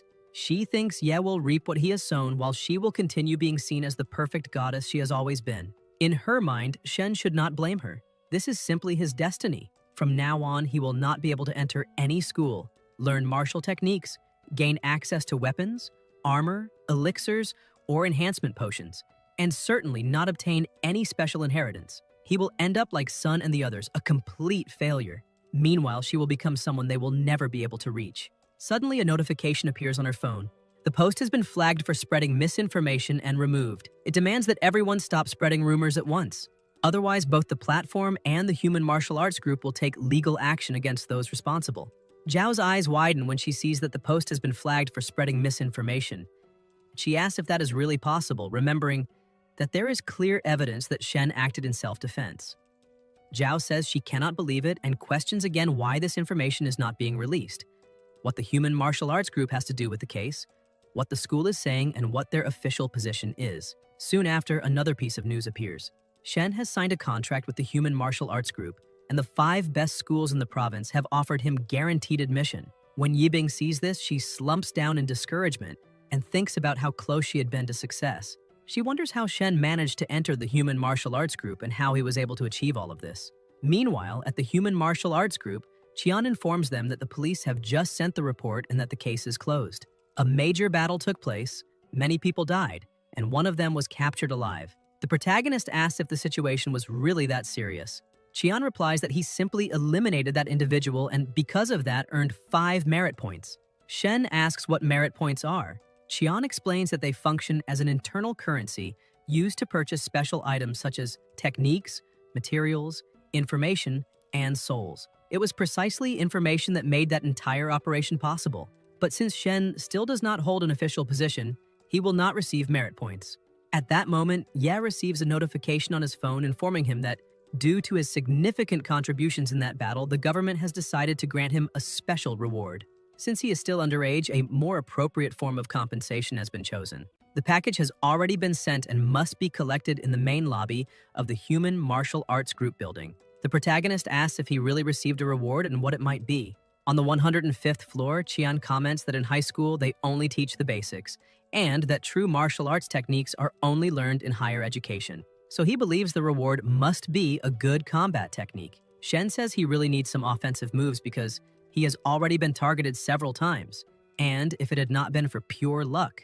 Qian says he knows, and that for now, Shen should avoid going out, because he will personally investigate those assassination attempts immediately. An employee reports that the online rumors have already been resolved, and Qian says that is good, adding that from now on, Shen is officially part of the group. This month's funds have already been transferred to his account, and he should spend them wisely. The butler asks the student to follow him so he can show him his room. Qian tells him to feel at home because he still has work to do and cannot accompany him, but Shen can call him if he needs anything. Shortly afterward, a girl approaches, introduces herself, and congratulates him on joining the Human Martial Arts Group. She says he is amazing and that, since she is younger, she will call him Big Brother. She says she wanted to thank him for all the support and admiration during this time and hopes he studies hard, trains hard, and becomes a very important figure. The world is vast and worth fighting for together. She says she believes in him and comments that she managed to get VIP tickets for her next show and would really like to see him there. Later, Ye watches a video of her playing on the television in his room, and the protagonist realizes that she is actually his favorite celebrity. He looks around and notices that everything in that room was prepared exactly according to his tastes. The flowers, the paintings, the books, the snacks, the drinks, the sports equipment, and even the presence of the celebrity. Shen steps outside and comments that for a mere recruit, the group really went to great lengths and that this is the prestige that comes with power. Ye looks at the 105th floor and thinks that anyone would want to be up there, above the clouds, because who would not want to ride the wind, climb higher and higher, and witness breathtaking landscapes? He then says that at midnight, that night, he will enter the nightmare realm once again, because he needs to obtain another title, this time a decent one. He needs to become stronger and cannot afford to fail the admission exams that will take place in 2 days. When midnight arrives, the protagonist enters the nightmare realm and finds the skeleton completely shattered. He asks what the hell happened there and says he cannot just enter recklessly or he will ruin his chances in the title evaluation. The skeleton begs him to save him, saying he is losing his life. Shen asks what happened to him and admits he does not know how to heal him. The skeleton replies that it all started with that tonic from the party last week, asks if there is any left, and desperately begs for a little more. Yes says he has none. The skeleton then says that this is the end for him. The protagonist thinks that the guy is a good business partner and that he should at least try to save him. He tells the skeleton to hold on and wait a bit while he thinks of a solution. And so the skeleton waits and keeps waiting. 2 hours pass. Finally, Shen opens the door and says he is back, but immediately complains that the door is too small and that he cannot get through with that thing. The skeleton says he finally arrived and asks why it took so long. Shen replies that he did everything he could for him. He bought a giant aquarium and filled it to the brim with liquid calcium gluconate, calcium, magnesium, and zinc, spending every last coin he had. He says that if the skeleton can soak in it, he will be as good as new, and asks if he has any idea how to get it inside. The skeleton asks what he expects him to do. Suddenly, the pressure in the area rises, and Ye, confused, asks what is happening. The skeleton says they are invading humans and elves. That place is actually a secret passage. Outside lies the fortress of the undead, and humans and elves are launching a full-force attack. The battle is not over yet, but he is too weak to fight. He tells Shen to grab that spatial ring and put it on immediately because he needs to hide. An energy begins to move and the skeleton is hidden inside the ring. At that moment, an explosion occurs on the inside, but the protagonist manages to close the door in time and it disappears. Shen says that was close because he would have turned to dust if he had been caught in that explosion, and asks if he is hiding inside the ring now. The skeleton says yes. Spatial rings cannot store living creatures, but fortunately he himself is undead. Ye thinks he knew that that bony guy had some hidden treasure, and that he would not give it up easily. The skeleton tells him to raise his hand toward the aquarium and absorb it while he jumps inside, so he can soak in that liquid, whatever it is. The protagonist comments that he is clearly not an ordinary skeleton. Ever since the elf village, he had been suspicious of his identity. After all, who is escorted by 3 of his own kind to eliminate an enemy leader? He says he does not care and will not start worrying about it now, but reminds him that he saved him today. The skeleton asks how he wants to be rewarded. Shen says he is going to his world today and needs full cooperation. The skeleton asks if he did not see the insane battle outside and what if he loses his life going back there. Then he says to forget it, that he respected his privacy and Shen should respect his. But he needs to hear one thing. All his powerful treasures are already gone. The ones he used are finished, and the help he can offer is limited. Ye asks if he is a battlefield scavenger. The skeleton says he is responsible for looting the battlefield, but he never expected to find anything truly good because truly powerful items are taken immediately by the enemy when their owners fall. The protagonist thinks that the secret passage outside leads directly to the undead fortress. If he disguises himself as a soldier and wanders around the battlefield before returning, he should be able to obtain a new title. So he asks if he has any undead soldier equipment, preferably something that can mask his human aura. The skeleton summons several items. Shen looks at them and asks what all that junk is, if he is some kind of scrap collector. The skeleton replies that those torn pieces of armor are cruel reminders of the horrors of war, but if he searches carefully, he should find something useful. Ye feels relieved and says he almost managed to assemble a full set. That horse token is not bad because it can summon a skeletal warhorse. The skeleton says it is perfect and that he already smells like someone ready for finalization. That centurion mask is exactly what he needs. The protagonist asks what is special about it. The skeleton replies that it is imbued with a powerful aura of finalization. With that and the equipment, no other undead will notice the disguise. Now he looks like a true undead warrior. If he plays his cards right, he might even get a skeletal warhorse with that token. Riding a skeletal warhorse and passing as one of them, if the situation becomes dangerous, he just has to run. At the very least, he might earn a title like Phantom Knight or something similar. Shen says he is going. The skeleton warns him not to dare lose his life because if he gets finalized, they will find the ring on him and then he himself will have problems later. Ye is about to enter the door and says he will try his best not to lose his life. When the protagonist enters, he realizes the place is completely destroyed. He picked up a dagger in the lands of the elves and intends to use it to have a bit more protection this time.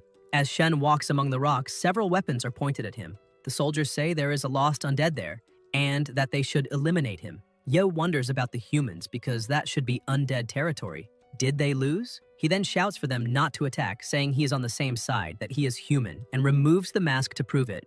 The soldier raises his sword and asks if he is a traitor fighting for the undead, saying he deserves to lose his life for that.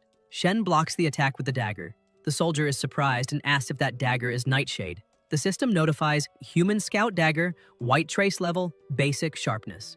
A dagger designed for eliminators, blessed by the silent sanctity of the human race. Only human scouts whose souls remain pure can wield it. Those who carry it are considered trustworthy by humanity and authorized to transmit information. The soldier says that only a human with a pure soul can wield Nightshade and concludes that he is definitely on the same side. He dismisses the soldiers and orders them to return to hunting the lost undead. The leader makes a gesture asking if he needs help. The protagonist smiles and thinks that on Earth that sign language means, I love you. He wonders if that is a declaration of love at first sight. Everyone in the Nightmare Realm seems very direct. He notices the leader staring at the mask and imagines that the gesture must have some hidden meaning, wondering if the mask symbolizes something. He thinks that that bonehead gave him a special item without explaining anything. Either way, he decides to roll with it. Yes says that as they can see, he is in a complicated situation, and that if they can help, he will not refuse. The leader says he understands and states that there is a golden combat kit for him. Ye thinks it really worked and asks for his name, saying he will repay the help one day. The leader replies that his name is Roman. The knights then shout to clear the way for the Baron. The Lord pulls the reins of his horse and says he has been there long enough, asking if he is delaying the battle on purpose. Roman says no and explains that he found a scout outside the ruins of the secret passage. The Lord asks about the secret passage and the scout and orders him to approach. Then he commands that the scout be arrested immediately because he suspects he is an undead spy. Roman says he is carrying a Nightshade dagger, but the Lord interrupts and orders him to be silent. He says he knows that the bearer of Nightshade has a pure soul, but he still needs to know what his mission is. The protagonist asks who he is and what gives him the right to question his mission. The man replies that he is Baron Warren of South Eagle Castle. He says he is just a little scout and asks if he still dares to ask his name. He declares that he will strip him, whip him 20 times, and extract all his little secrets. Shen says he will remember that name. The Baron asks if a mere scout dares to threaten him and says he is asking to lose his life. When everyone rushes to attack him, Ye disappears. The knights ask where he went. The Baron says it is strange because he simply vanished. Roman comments that he heard rumors that some nameless eliminators joined this battle. They are masters at hiding in the shadows, and he was very bold to announce his own name like that. The Baron thinks about elite eliminators trained for assassination missions and imagines that in a chaotic battlefield like that, if he tried to eliminate him in the middle of the confusion, so he decides it is better to leave. The protagonist appears in his room and says that idiot Baron Warren tried to catch him like that, but he will not forget it. Good thing he placed a door on the ground beforehand. It was close. He asks if the skeleton did not see that guy making hand signals. The skeleton tells him not to blame him and asks how he would know all those complicated tricks of the human army. Besides, he returned safe and sound. New notifications appear. The system informs that this time he obtained the title One of Himself. Green quality, excellent. Evaluation. As an ordinary human, the highest level title he could normally achieve would be white. However, in a situation where he was completely outmatched, he used the environment and the actions of others to overcome adversity and escape unharmed. This adaptability is the main reason for granting him this exceptional title. The system also informs that this is the second time he has received this exceptional title. Special event activated. If the next special honorary title Common Human is 3 consecutive exceptional titles, One of Himself, that title will resonate with powerful forces and grant a hidden ability. To obtain this hidden ability, he must proceed carefully. Shen asks if 3 identical titles can activate a hidden ability, and concludes that if the next title is also One of Himself, the power will be activated. However, if it is any other title, he will lose that opportunity. He wonders how he will manage to obtain another green quality, one of himself title, and concludes from the description that he needs to be in a desperate situation, facing overwhelming odds, and use intelligence and the environment to escape. Thinking about the 2 times he obtained one of himself, both in the elf village and on the undead battlefield, he was deep inside enemy territory in a life-or-death crisis. Even so, in the end, he managed to dissolve their hostility and even gain their willingness to help him. So that is the key.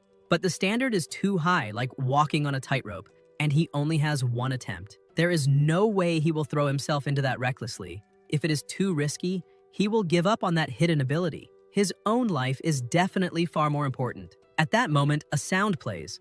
A voice informs him that he has a visitor. It says the visitor identified herself as a member of the Luo family, that her identity has already been verified by the group, and asks if he wishes to receive her. The protagonist thinks about the sergeant's family. The sergeant lost his life investigating his case and even saved him after being finalized. There is no way he can refuse someone from his family. So he replies that he wants to see her, and the voice informs him that the meeting has been scheduled in the room on the 5th floor. On the 5th floor, a girl is already waiting. Shen asks if she's looking for him. Ye's eyes widen the instant he recognizes who she is. She is a great swordswoman. The girl introduces herself as Meng Yu, younger sister of Luo Faichuan, and says she came to ask a few questions. The protagonist thinks about titles. He has met many people, but even manager Qian does not have a title. None of those humans, undead, or elves in the nightmare realm had titles either. Only the elf high priestess had a long list of them. This girl is only the 2nd person he has seen with a title. So she was the one who made the manager turn pale just by hearing her name. Meng Yu says her brother tracked down his eliminator, the Shadow Man. During the fight, his weapon malfunctioned, which resulted in his finalization. Later, she discovered who sabotaged the weapon, 2 colleagues driven by jealousy of his achievements, and she already eliminated all of them. Hearing this, Ye's eyes widen immediately, and he asks about the information, saying that the eliminator had been captured alive yesterday. He asks if that means she also eliminated the other 2 who sabotaged the weapon. Meng Yu says that is correct. She ended the lives of all of them. The protagonist thinks that she talks about it so naturally. So this is what it means to be a great swordswoman. Meng Yu continues and says her brother was a man of limited talent. She guided him into a good school, secured a good job for him after graduation, and arranged a good wife to continue the Luo family line. Everything was following the plan. She only wanted him to live a safe and protected life. Shen thinks he always considered the sergeant a prodigy and does not understand why she insists on saying he was a man of limited talent. Meng Yu says that, however, her brother ended up betrayed, his body tied up and hidden inside a closet, and asks why he remained silent. She asks if he is suggesting that she should allow others to humiliate her brother without seeking revenge. Ye replies that he is not, that he was just thinking, and asks if she will not have problems for eliminating those men. Meng Yu says she understands his doubt. He carries the surname Shen, but he has never lived among noble families, so he would not understand. No matter how ordinary her brother was, he was still a member of a noble family. Losing his life in such a humiliating way at the hands of an eliminator was unacceptable. She, representing the family, restored their honor, and no one will dare question her actions. Moreover, the eliminator's mother had the surname Zhao, and he had adopted her name. She interrogated the eliminator, but he had no idea who hired him and did not know he had eliminated a member of the Luo family. Now that everyone has been finalized, the trail has gone cold. That is why she came there. She wants to know if he has any idea who wants him dead or if he suspects anyone. She says even a vague guess would be useful and asks him to name a few people because she will handle the rest herself. The protagonist says that honestly he has no idea who is behind it, but she already avenged Sergeant Luo by eliminating those responsible. Meng Yu says that is not enough. They still need to find the person who hired the eliminator. That eliminator killed her brother, so she needs to eliminate both the assassin and the person behind everything. Only then will her brother rest in peace. Suddenly the sky is split in half and Shen is shocked, thinking she just did that, yet he did not even see the moment when Meng Yu drew her sword. She asked him to think carefully and asked if he noticed anything strange, any detail or unusual event. Then she asks if, as a member of a noble family, he has ever had any conflict with other families or might have made enemies without realizing it, also telling him not to be intimidated by their power or influence. If he needs help, he can come to her anytime. Ye says his family does not get along with the Sanjin clan, but they rarely have contact. When he visited the place, he only spent some time with children his own age and did not offend anyone. Then he remembers something. The first time he was attacked, he heard terrified screams in the hospital and comments that there might have been witnesses. Meng Yu says she will investigate that immediately and promises to inform him as soon as she finds something. Then she gives him her contact information, thanks him, and says she must leave. The protagonist simply asks her to be careful. Soon after, Qian appears behind him and comments that that strike was terrifying. He also mentions that when Meng Yu arrived, she specifically asked if he had any intention of hurting him. Shen admits he was worried because he feared she might blame him for Luo's death, but it seems everything is fine. After all, she is the most talented member of the current generation of the Luo family, and even among other noble families, she is considered exceptional.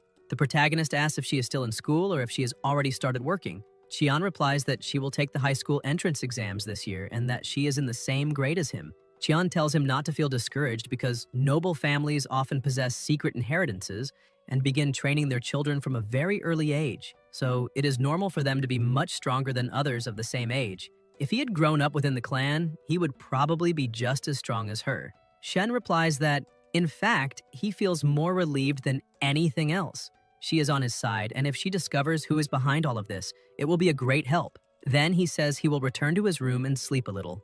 Qian agrees and tells him to go ahead, adding that tomorrow he will call some tutors to guide him on what to watch out for in the exams. Back in his room, Ye is still indignant and comments that, as expected from someone from a noble family, Meng Yu is incredibly strong. Noble families stand at the top of human civilization in that world. Then he pauses to think, what if someone from there wants him dead? If that is the case, they could simply spend money freely to hire eliminators from the league and his life could easily end. Shen concludes that he needs to learn some offensive skills as soon as possible. He cannot rely on a great swordswoman to protect him all the time. In the end, he himself is his best bet. Then he asks if there are still any nightmare crystals left, the ones that grant abilities, and asks the skeleton if he still has some of those crystals. The skeleton replies that everything he possesses are undead abilities, and that, since Shen is not undead and does not have a soul flame, he would not be able to use them. The protagonist then asks how he managed to obtain that Moonlight Deerwalk crystal last time, and the skeleton replies that he found it purely by luck. Shen wonders if he will really have to wait until higher education to learn a decent offensive move, but quickly concludes he does not have that kind of time. Besides the eliminators after him, the exams are approaching, and those noble family kids will not be easy opponents. He comments that he has not even checked the combat kit Roman gave him yet. Ye begins to search, but finds only a first aid kit and asks if there is anything useful there. Then he wonders if there might be a nightmare crystal inside and hopes it is a good ability. Among the items, there is also a message saying that the Shadow Hand Brotherhood has set up an information drop point at the main camp, and that if he finds a tent marked with 3 vertical daggers, he can submit his reports there, because the Shadow Hand is waiting. The protagonist asks if there is no ability there, and the skeleton replies that it seems that human Roman mistook him for a member of the Shadow Hand. Shen thinks for a moment and concludes that he already obtained a title today, and will not get another one even if he returns to the Nightmare World, which makes this a perfect opportunity to explore. So he asks the skeleton if he found that Centurion mask he left behind, and whether they can still go back there. The skeleton says it should be somewhere near the secret passage, although he does not remember exactly where, and asks why he wants to know. Ye explains that the human army captured the undead outpost outside the passage, and that he plans to dress like a soldier to return to the Nightmare World, then asks if there is any human equipment available. Ye says that now he looks like a soldier from the borderlands of the kingdom, and asks if he sees the wolf emblem on the shield, explaining that it is their symbol. Since the undead eliminated the humans of the kingdom, no one will question a survivor. The protagonist asks about a crystal, and the skeleton replies that it is a distress letter from the kingdom's lord that also works as a token. He should carry it with him because it will be useful when he leaves. Shen says that is new and asks why this sudden concern for his well-being. The skeleton replies that he saved him the previous night, and he needs to repay the favor. Ye tells him to tell the truth or he will drain all the calcium supplement. The skeleton then admits that he needs to help him gain some prestige in the Nightmare World so that he can purchase high-level materials to heal his wounds. At night, in another place, several dead and wounded soldiers are scattered around. One of them calls for help and tells his brother to hold on because the base camp is just ahead, and he will be treated quickly. Meanwhile, the protagonist is hiding behind a rock observing the scene. He thinks there are still some soldiers cleaning the battlefield, so he cannot act recklessly. If he encounters that squad from before and they recognize him, he is finished. There are many bodies there, so he decides to try gathering some information. He finds a giant undead, hides behind it, and orders it to wake up, saying he has a few questions. He asks if it knows anything about that mask, but the undead says it does not. Ye runs off and tells it to rest in peace. The protagonist starts asking several undead about the mask, but No one knows anything. After a while, Shen sits on the ground behind a rock and wonders how he is supposed to find a needle in a haystack. Suddenly, Ye notices something. A werewolf. He comments that werewolves have an incredible sense of smell and might be able to help. So he asks if he has seen or smelled anything like that mask. The werewolf says he has seen the mask before. It belonged to a centurion who now has only one arm. Then he remembers that he is a wolf, not a dog. The protagonist says he can go back now. Shen then notices an arm on the ground and wonders if the Whisper of Darkness will work. He asks if anyone is still there. The arm starts trembling and suddenly makes the same sign Roman made earlier. Ye becomes excited and says that is the characteristic gesture of the shadow hand. It seems they found the right person, and that this is probably the mask's owner. Then he asks if he has anything to say. The hand points to a shoe.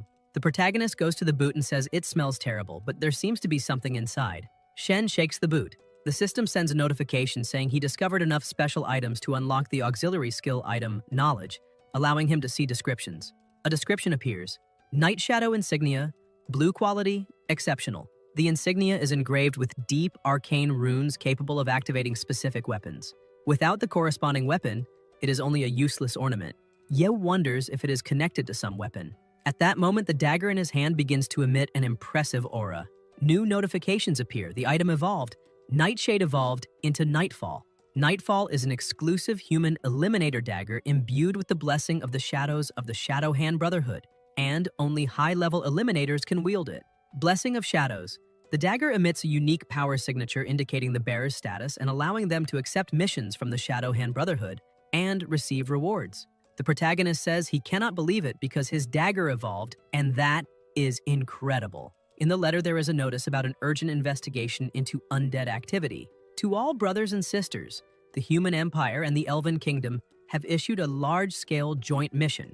Any information about unusual undead activity will be exchanged for a generous reward. Head to the battlefield. The survival of the races depends on unwavering dedication. Shen realizes that this is the Shadow Hand's mission. The Crystal Roman gave him mentioned a tent marked with 3 vertical daggers.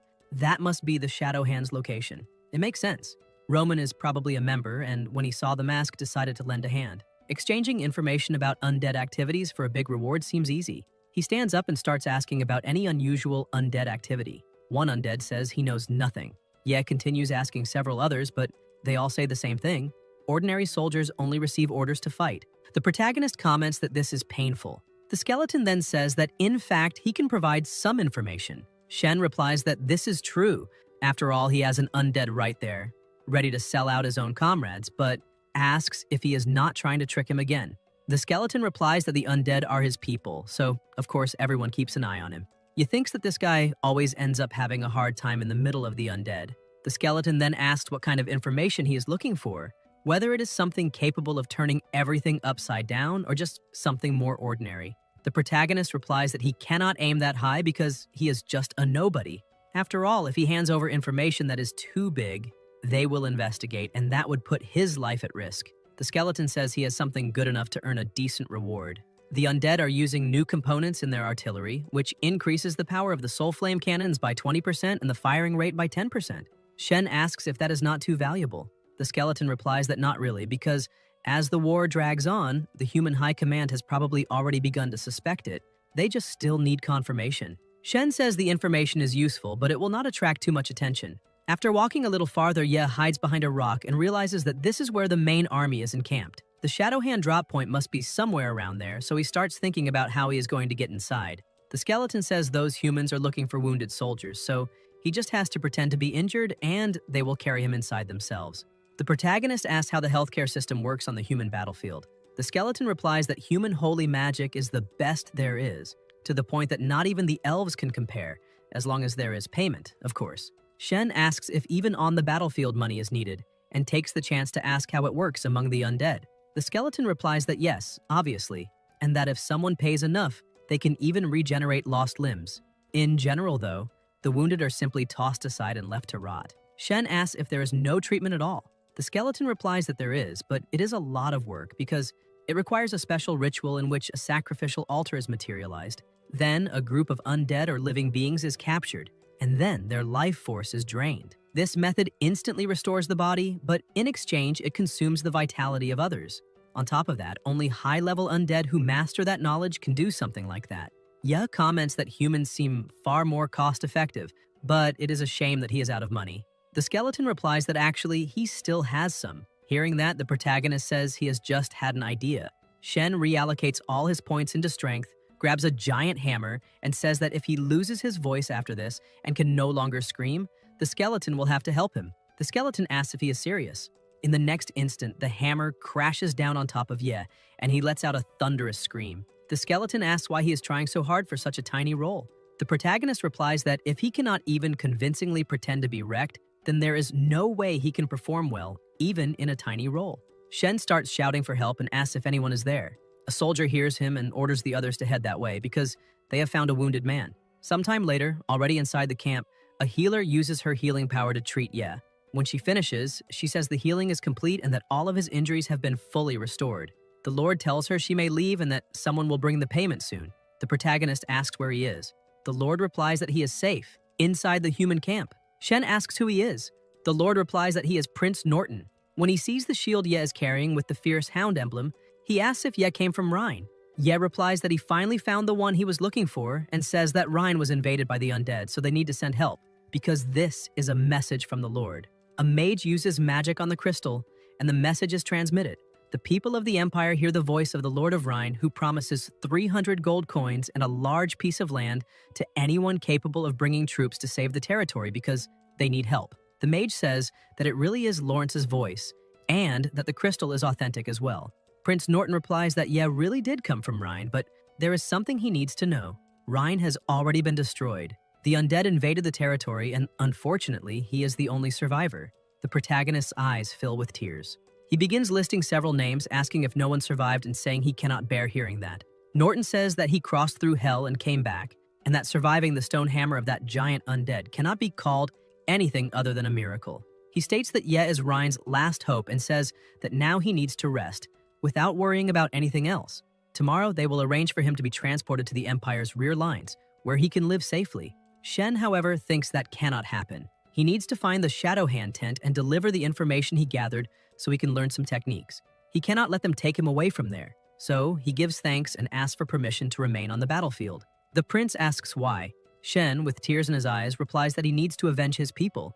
He says he cannot allow the undead to get away after what they did, and that he wants to fight them until he drives them all out one by one. The people around him feel sorry for him. Norton comments that he has a lot of courage for someone so young. He says the Lord of Rhine certainly chose him for that important mission for a reason, and asks whether he possesses any extraordinary skill. Ye replies that he is fast, claiming that no one his age in all of Rhine can move faster than he can. While speaking, he thinks about devouring the title One of himself and redistributing all his status points into agility. The system sends a notification informing him that the devouring has been completed successfully, that 1 green title has been consumed, and that 3 status points have been granted. According to the order he gave, all status points are allocated into agility. The protagonist steps out of the tent and asks the Lord to watch. Shen then begins moving at an impressive speed, running all over the place and quickly circling the entire area. Then he stops and asks if he can now remain on the front lines. The people comment that that child is incredible. Some say they can let him stay, that he can fight beside them and avenge the fallen comrades. Others say he can go with them, promising they will look after him. Norton observes that his speed is truly impressive. At that moment, an elf asks where he got that bracelet.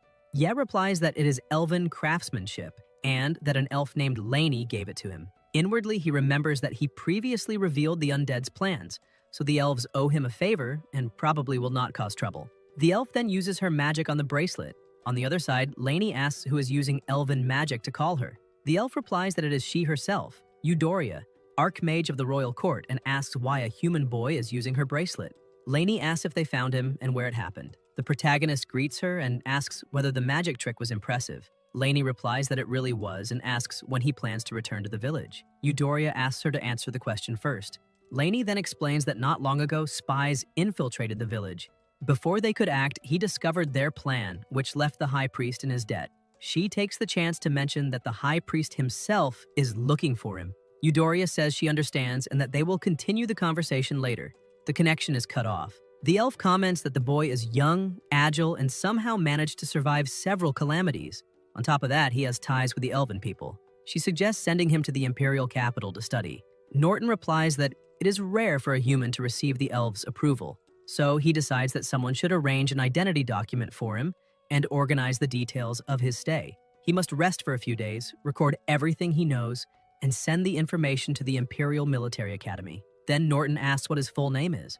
The protagonist thinks that he knows nothing about Ryan's customs or naming conventions, so he needs to pretend he has amnesia to avoid revealing his true identity. He says that his head hurts badly. The mage comments that he probably suffered cranial trauma caused by the undead Titan's hammer, which resulted in memory loss. Shen thinks that this turned out to be very helpful. Norton says that he can rest for now and that when they meet again, they can talk about it once more. At that moment, the system sends another notification informing him that he has gained a certain reputation and has the opportunity to acquire a new self-generated title called The Boy Who Survived. Ye wonders what kind of title that is and thinks that he does not even have a lightning-shaped scar on his forehead. Then he asks if there is any way to get rid of that title. The system replies that self-generated titles require continuous recognition and publicity to solidify. If he wants to discard it, there are two possibilities: disappear from public view so that over time he is forgotten and the title dissipates, or act in a way completely opposite to what the title suggests, causing people to see him differently. Over time, the title itself will eventually change. The protagonist thinks that once everything there is finished, he will disappear for a while. The soldiers then say goodbye to him. He wonders who exactly that prince is, and how just a few words from him managed to raise his reputation so much. The skeleton explains that Prince Norton is the eldest son of the royal family, the future emperor, in other words, the heir to the throne. He was the one who led the alliance between humans and elves to repel the undead offensive. Then he asks if he now understands who he was speaking with. Shen replies that the man is truly impressive. The mage comments that the boy is interesting as well. Eudoria asks what he noticed.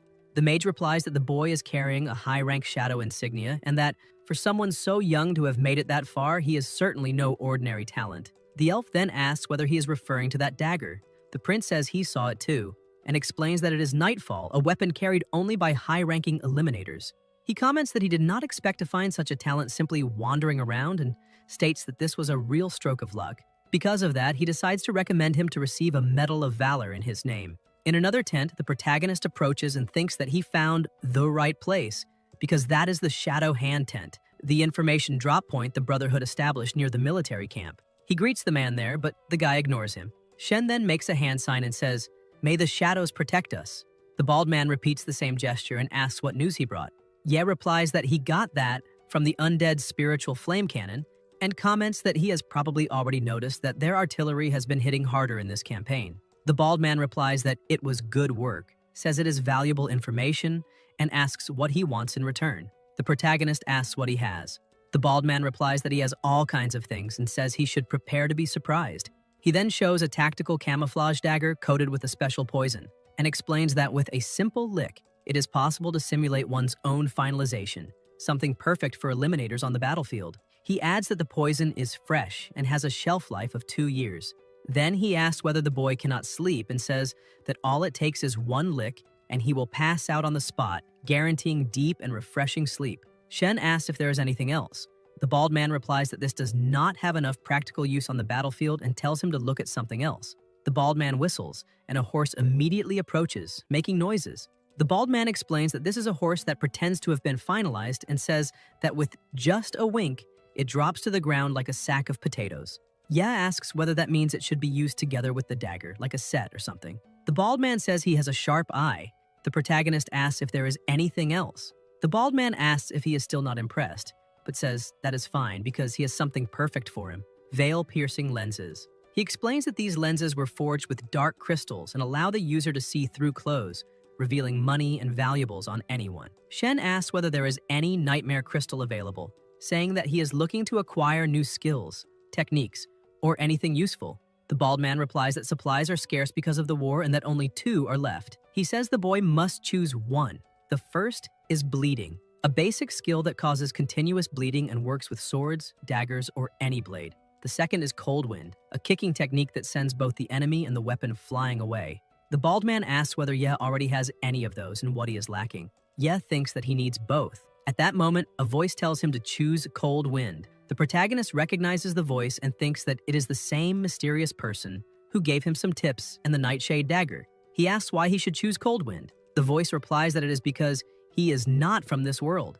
It says that now he needs to find a way to get his hands on the undead spell Shadow Mirage and on the Beast Lord's Rumbling Thunder. Once he obtains those powers, he must combine them with Moonlight Deerwalk and Cold Wind. Only then will he discover the true secret. Shen wonders why learning a few skills and techniques would reveal a secret, but decides that it does not matter. He chooses to follow the advice and says that he will take Cold Wind. When Ye picks up Cold Wind, he feels a strange sensation. The bald man says that Cold Wind is only a basic kicking technique, but that the information he brought is worth much more than that and asks if he needs anything else. The protagonist replies that for now, everything is fine. The bald man says he will use that gold to cover the difference. Shen replies that he is very grateful. Ye walks away and asks the skeleton if he can obtain an undead skill. The skeleton replies that, as he said before, skills require a soul flame. Then he asks how he knows about that spell. Ye replies that it does not matter how he knows, and asks him to just say whether he has it or not because he needs it. The skeleton replies that he does, but explains that it is only a basic illusion spell and that it is not very useful. He says that as long as the user has enough agility and psychic energy, it is possible to cast it. The protagonist thinks that he has 75 status points. He calculates that by putting 3 points into psychic energy, he will reach 3.9, and by putting the other 4 into agility, he will reach 6.9. For him, that is perfect because now he meets the requirements. The system sends a notification informing him that the statuses were reallocated according to his will. Shen thinks that he needs to find an isolated place because if someone catches him using undead magic, he will be in serious trouble. Ye looks around and then activates Shadow Mirage, releasing an energy into the surroundings. The protagonist asks whether that is really Shadow Mirage and comments that it seems like a pretty useless spell, something that at best would serve to give someone a quick scare. The skeleton asks whether he really chose that trash spell and says that he thought he had better taste, but now believes he was mistaken. Shen replies that he would not understand and thinks that now he already has Moonlight Deerwalk, Cold Wind, and Shadow Mirage. Only Rumbling Thunder is missing, so he will find out what happens when he gathers them all. At that moment, a guard approaches saying that he finally found him. He congratulates him and informs him that, due to the heroic acts he displayed, Norton has decided to grant him a Medal of Valor along with a letter of recommendation. Ye is surprised and wonders about this Medal of Valor and how that happened, but replies that he deeply appreciates His Highness's generosity and that he will train diligently, striving to serve the nation. The soldier explains that he may return to the imperial capital together with the troops or travel on his own. Either way, he must take the letter to the Imperial Military Academy. He also informs him that there is a small extra included and says that he should keep up the good work. The protagonist thinks that, thanks to the prince's generosity, his expenses there are guaranteed. The gold he received from the Shadow Hand Brotherhood will also be useful when he returns home. Since his goals there have already been accomplished, he concludes that it is time to leave. Somewhere else, Shen's gold is converted into 65,444 and transferred to the designated account as requested. Shen gives thanks until his phone begins to ring. On the other end of the call, the person asks what that sudden money transfer means and where he got such a large amount.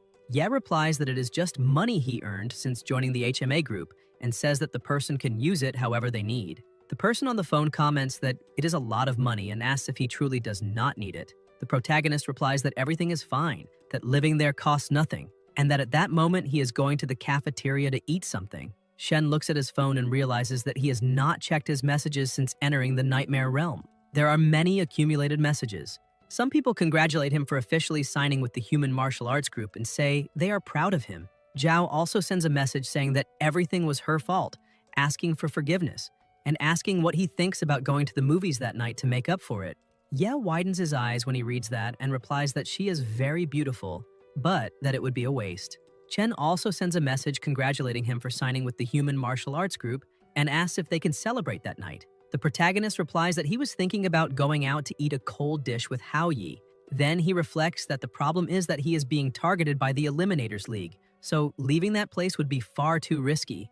Even so, Hao Yi just wants to celebrate with him. Even if the original owner of that body has already departed, the friendship with Chen still remains within him, and Shen can feel the genuine bond they built while growing up together, something he never experienced in his past life. Even though they are now following different paths, he wants to cherish that friendship while he still can. At that moment, another message arrives asking whether he can show him the Human Martial Arts Group that day, saying that it is the job of his dreams. Shen thinks that this is perfect because the group allows visitors and the place is completely safe. That way he can satisfy Chen's curiosity and celebrate at the same time. He replies by saying that they should have lunch together. Chen answers that this is amazing and that he will get there right away. Ye says he will meet him in the lobby.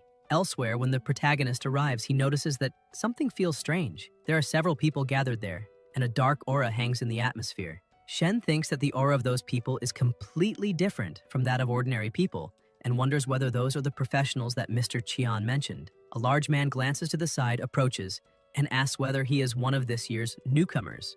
Ye replies that he is and apologizes, asking if he had been staring too much. The big man replies that it is no problem, saying that when he was recruited, he also used to stand there, admiring the group's professionals. The protagonist asks if he wanted to become like them.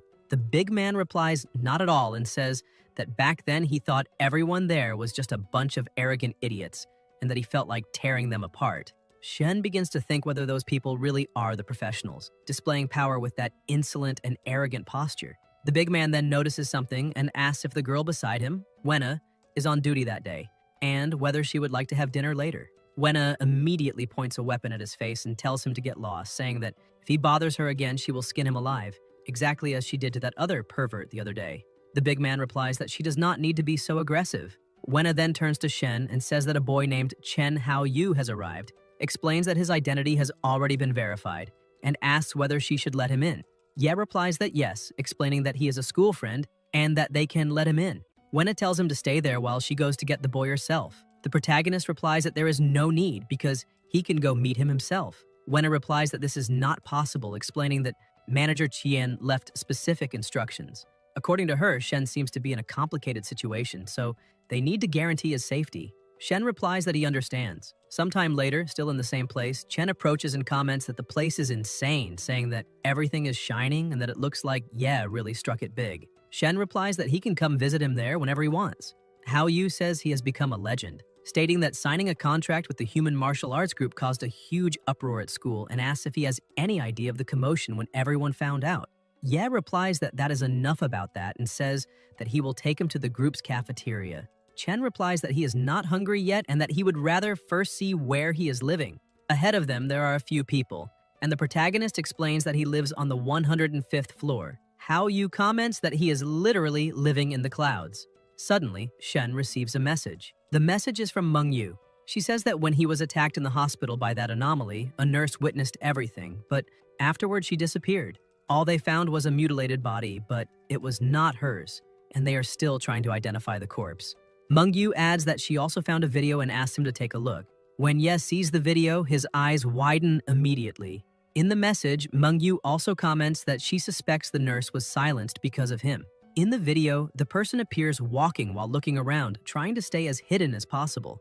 Meng Yu adds that she's redoing the background checks on everyone around him. The protagonist becomes even more shocked when he realizes that the person appearing in the video is his own partner, Chen. Meng Yu also informs him that this person was acting extremely suspiciously at school that morning, as if he were looking for something. Shen starts wondering what Hao Yu was doing that morning. He remembers that at that time, he was inside the nightmare realm, which is why he did not appear on the security cameras even after they checked the entire school building. He wonders why Hao Yu was looking for him. Ye remains silent as he watches his friend. Chen asks what happened. In the message, Meng Yu also warns that if he encounters that person, he must be very careful. Soon after they arrive on the 105th floor, Hao Yu becomes very excited and says that he has never been so high up in his life, asking whether Shen sleeps there every day. He comments that it is insane. Chen asks to see his room and says he can hardly wait to see the view from that place. The protagonist points and says that it is the room at the end of the corridor. Hao Yu replies that they are almost there. Suddenly, Chen moves quickly and strikes Shen right in the forehead. However, that was only an illusion. Hao Yu asks whether that was an illusion and says that it is impossible, questioning whether that boy really reached such an advanced level in martial arts. Ye then strikes his face, sending him flying far away. The system sends a notification informing him that he allocated status points consecutively, unlocking Moonlight Walk, Shadow Mirage, and Cold Wind. By combining these techniques, he temporarily activated a lunar style called the Incomplete Technique, Frozen Moon that Shatters the Heavens. Effects: guarantees impact. The protagonist declares that he is not Chen and asks where the real Chen is. Right after that, more system notifications appear informing him that by successfully executing the incomplete technique, Frozen Moon that Shatters the Heavens, his body underwent extraordinary refinement, increasing strength by 1 point, agility by 2 points, and psychic energy by 1 point. The Eliminator replies that it is already over and says the boy will soon be joining him. The protagonist stares back without retreating and rushes forward with a kick, but the Eliminator blocks it easily and says he can stop such a weak attack even with one hand behind his back. At that moment, Shen's energy suddenly surges, and he manages to launch him away. As he watches the result, Shen realizes that this must be the secret mentioned by the voice earlier. Who would have imagined that combining such basic techniques could produce something so powerful? Yeah releases his power once more, but the Eliminator moves in time to dodge and calls him a clever little bastard, saying he had been hiding a weapon the entire time. Though it is a shame his aim is terrible since he missed every shot. Suddenly an alert echoes throughout the building, announcing that gunshots have been detected on the 105th floor, and that all professionals must respond immediately. The protagonist says he was never trying to hit him in the first place while the drones repeat the warning about gunshots detected on the 105th floor. Then, in an instant so fast he cannot even perceive it, the Eliminator is struck by bullets in his arms and legs. Wenna appears saying that that damned skin swap technique even fooled her because she examined his body carefully and would never have imagined he was using Peng as a weapon. She throws him against the wall and demands answers, asking what his objective is, who sent him, and why he tried to eliminate Shen, ordering him to speak immediately or she will rip off his skin and make him beg for the end. The Eliminator replies that she will not get any information from him. In the next instant, he loses his life, and Wenna realizes he had a poison capsule hidden in one of his teeth and irritably comments that she should have knocked him out first. She admits she has never heard of anyone mastering the skin swap technique at that level because he deceived the entire security system and even fooled her, and now he is dead. Frustrated, she says all they can do now is hope the autopsy reveals some clue. The protagonist decides to stay quiet because he clearly does not want to irritate her even more. In the morgue, a voice reports that the technical team has completed the autopsy and reveals that the man was a highly trained eliminator who possessed no objects capable of identifying him, and even the Cyberanics database has no records of him. Wenna apologizes for her own incompetence, but Qian says she should not blame herself, since his human metamorphosis technique was perfect, and even the security system could not detect his true identity. He comments that they should leave, because that corpse is no longer useful. The protagonist says they can go first because he intends to stay a little longer. Qian agrees and says he will wait for him on the rooftop, thinking to himself that the boy can sense when someone is finished and wondering whether he might know something. Once they are alone, Shen activates the ability Whispers of Darkness and orders the Eliminator to rise and answer his questions. The Eliminator slowly rises and asks whether he can really speak with the finished, saying it will not help him at all because he does not intend to tell him anything. The skeleton watches with curiosity and comments that it is interesting because he has never seen a corpse resist the Whispers of Darkness.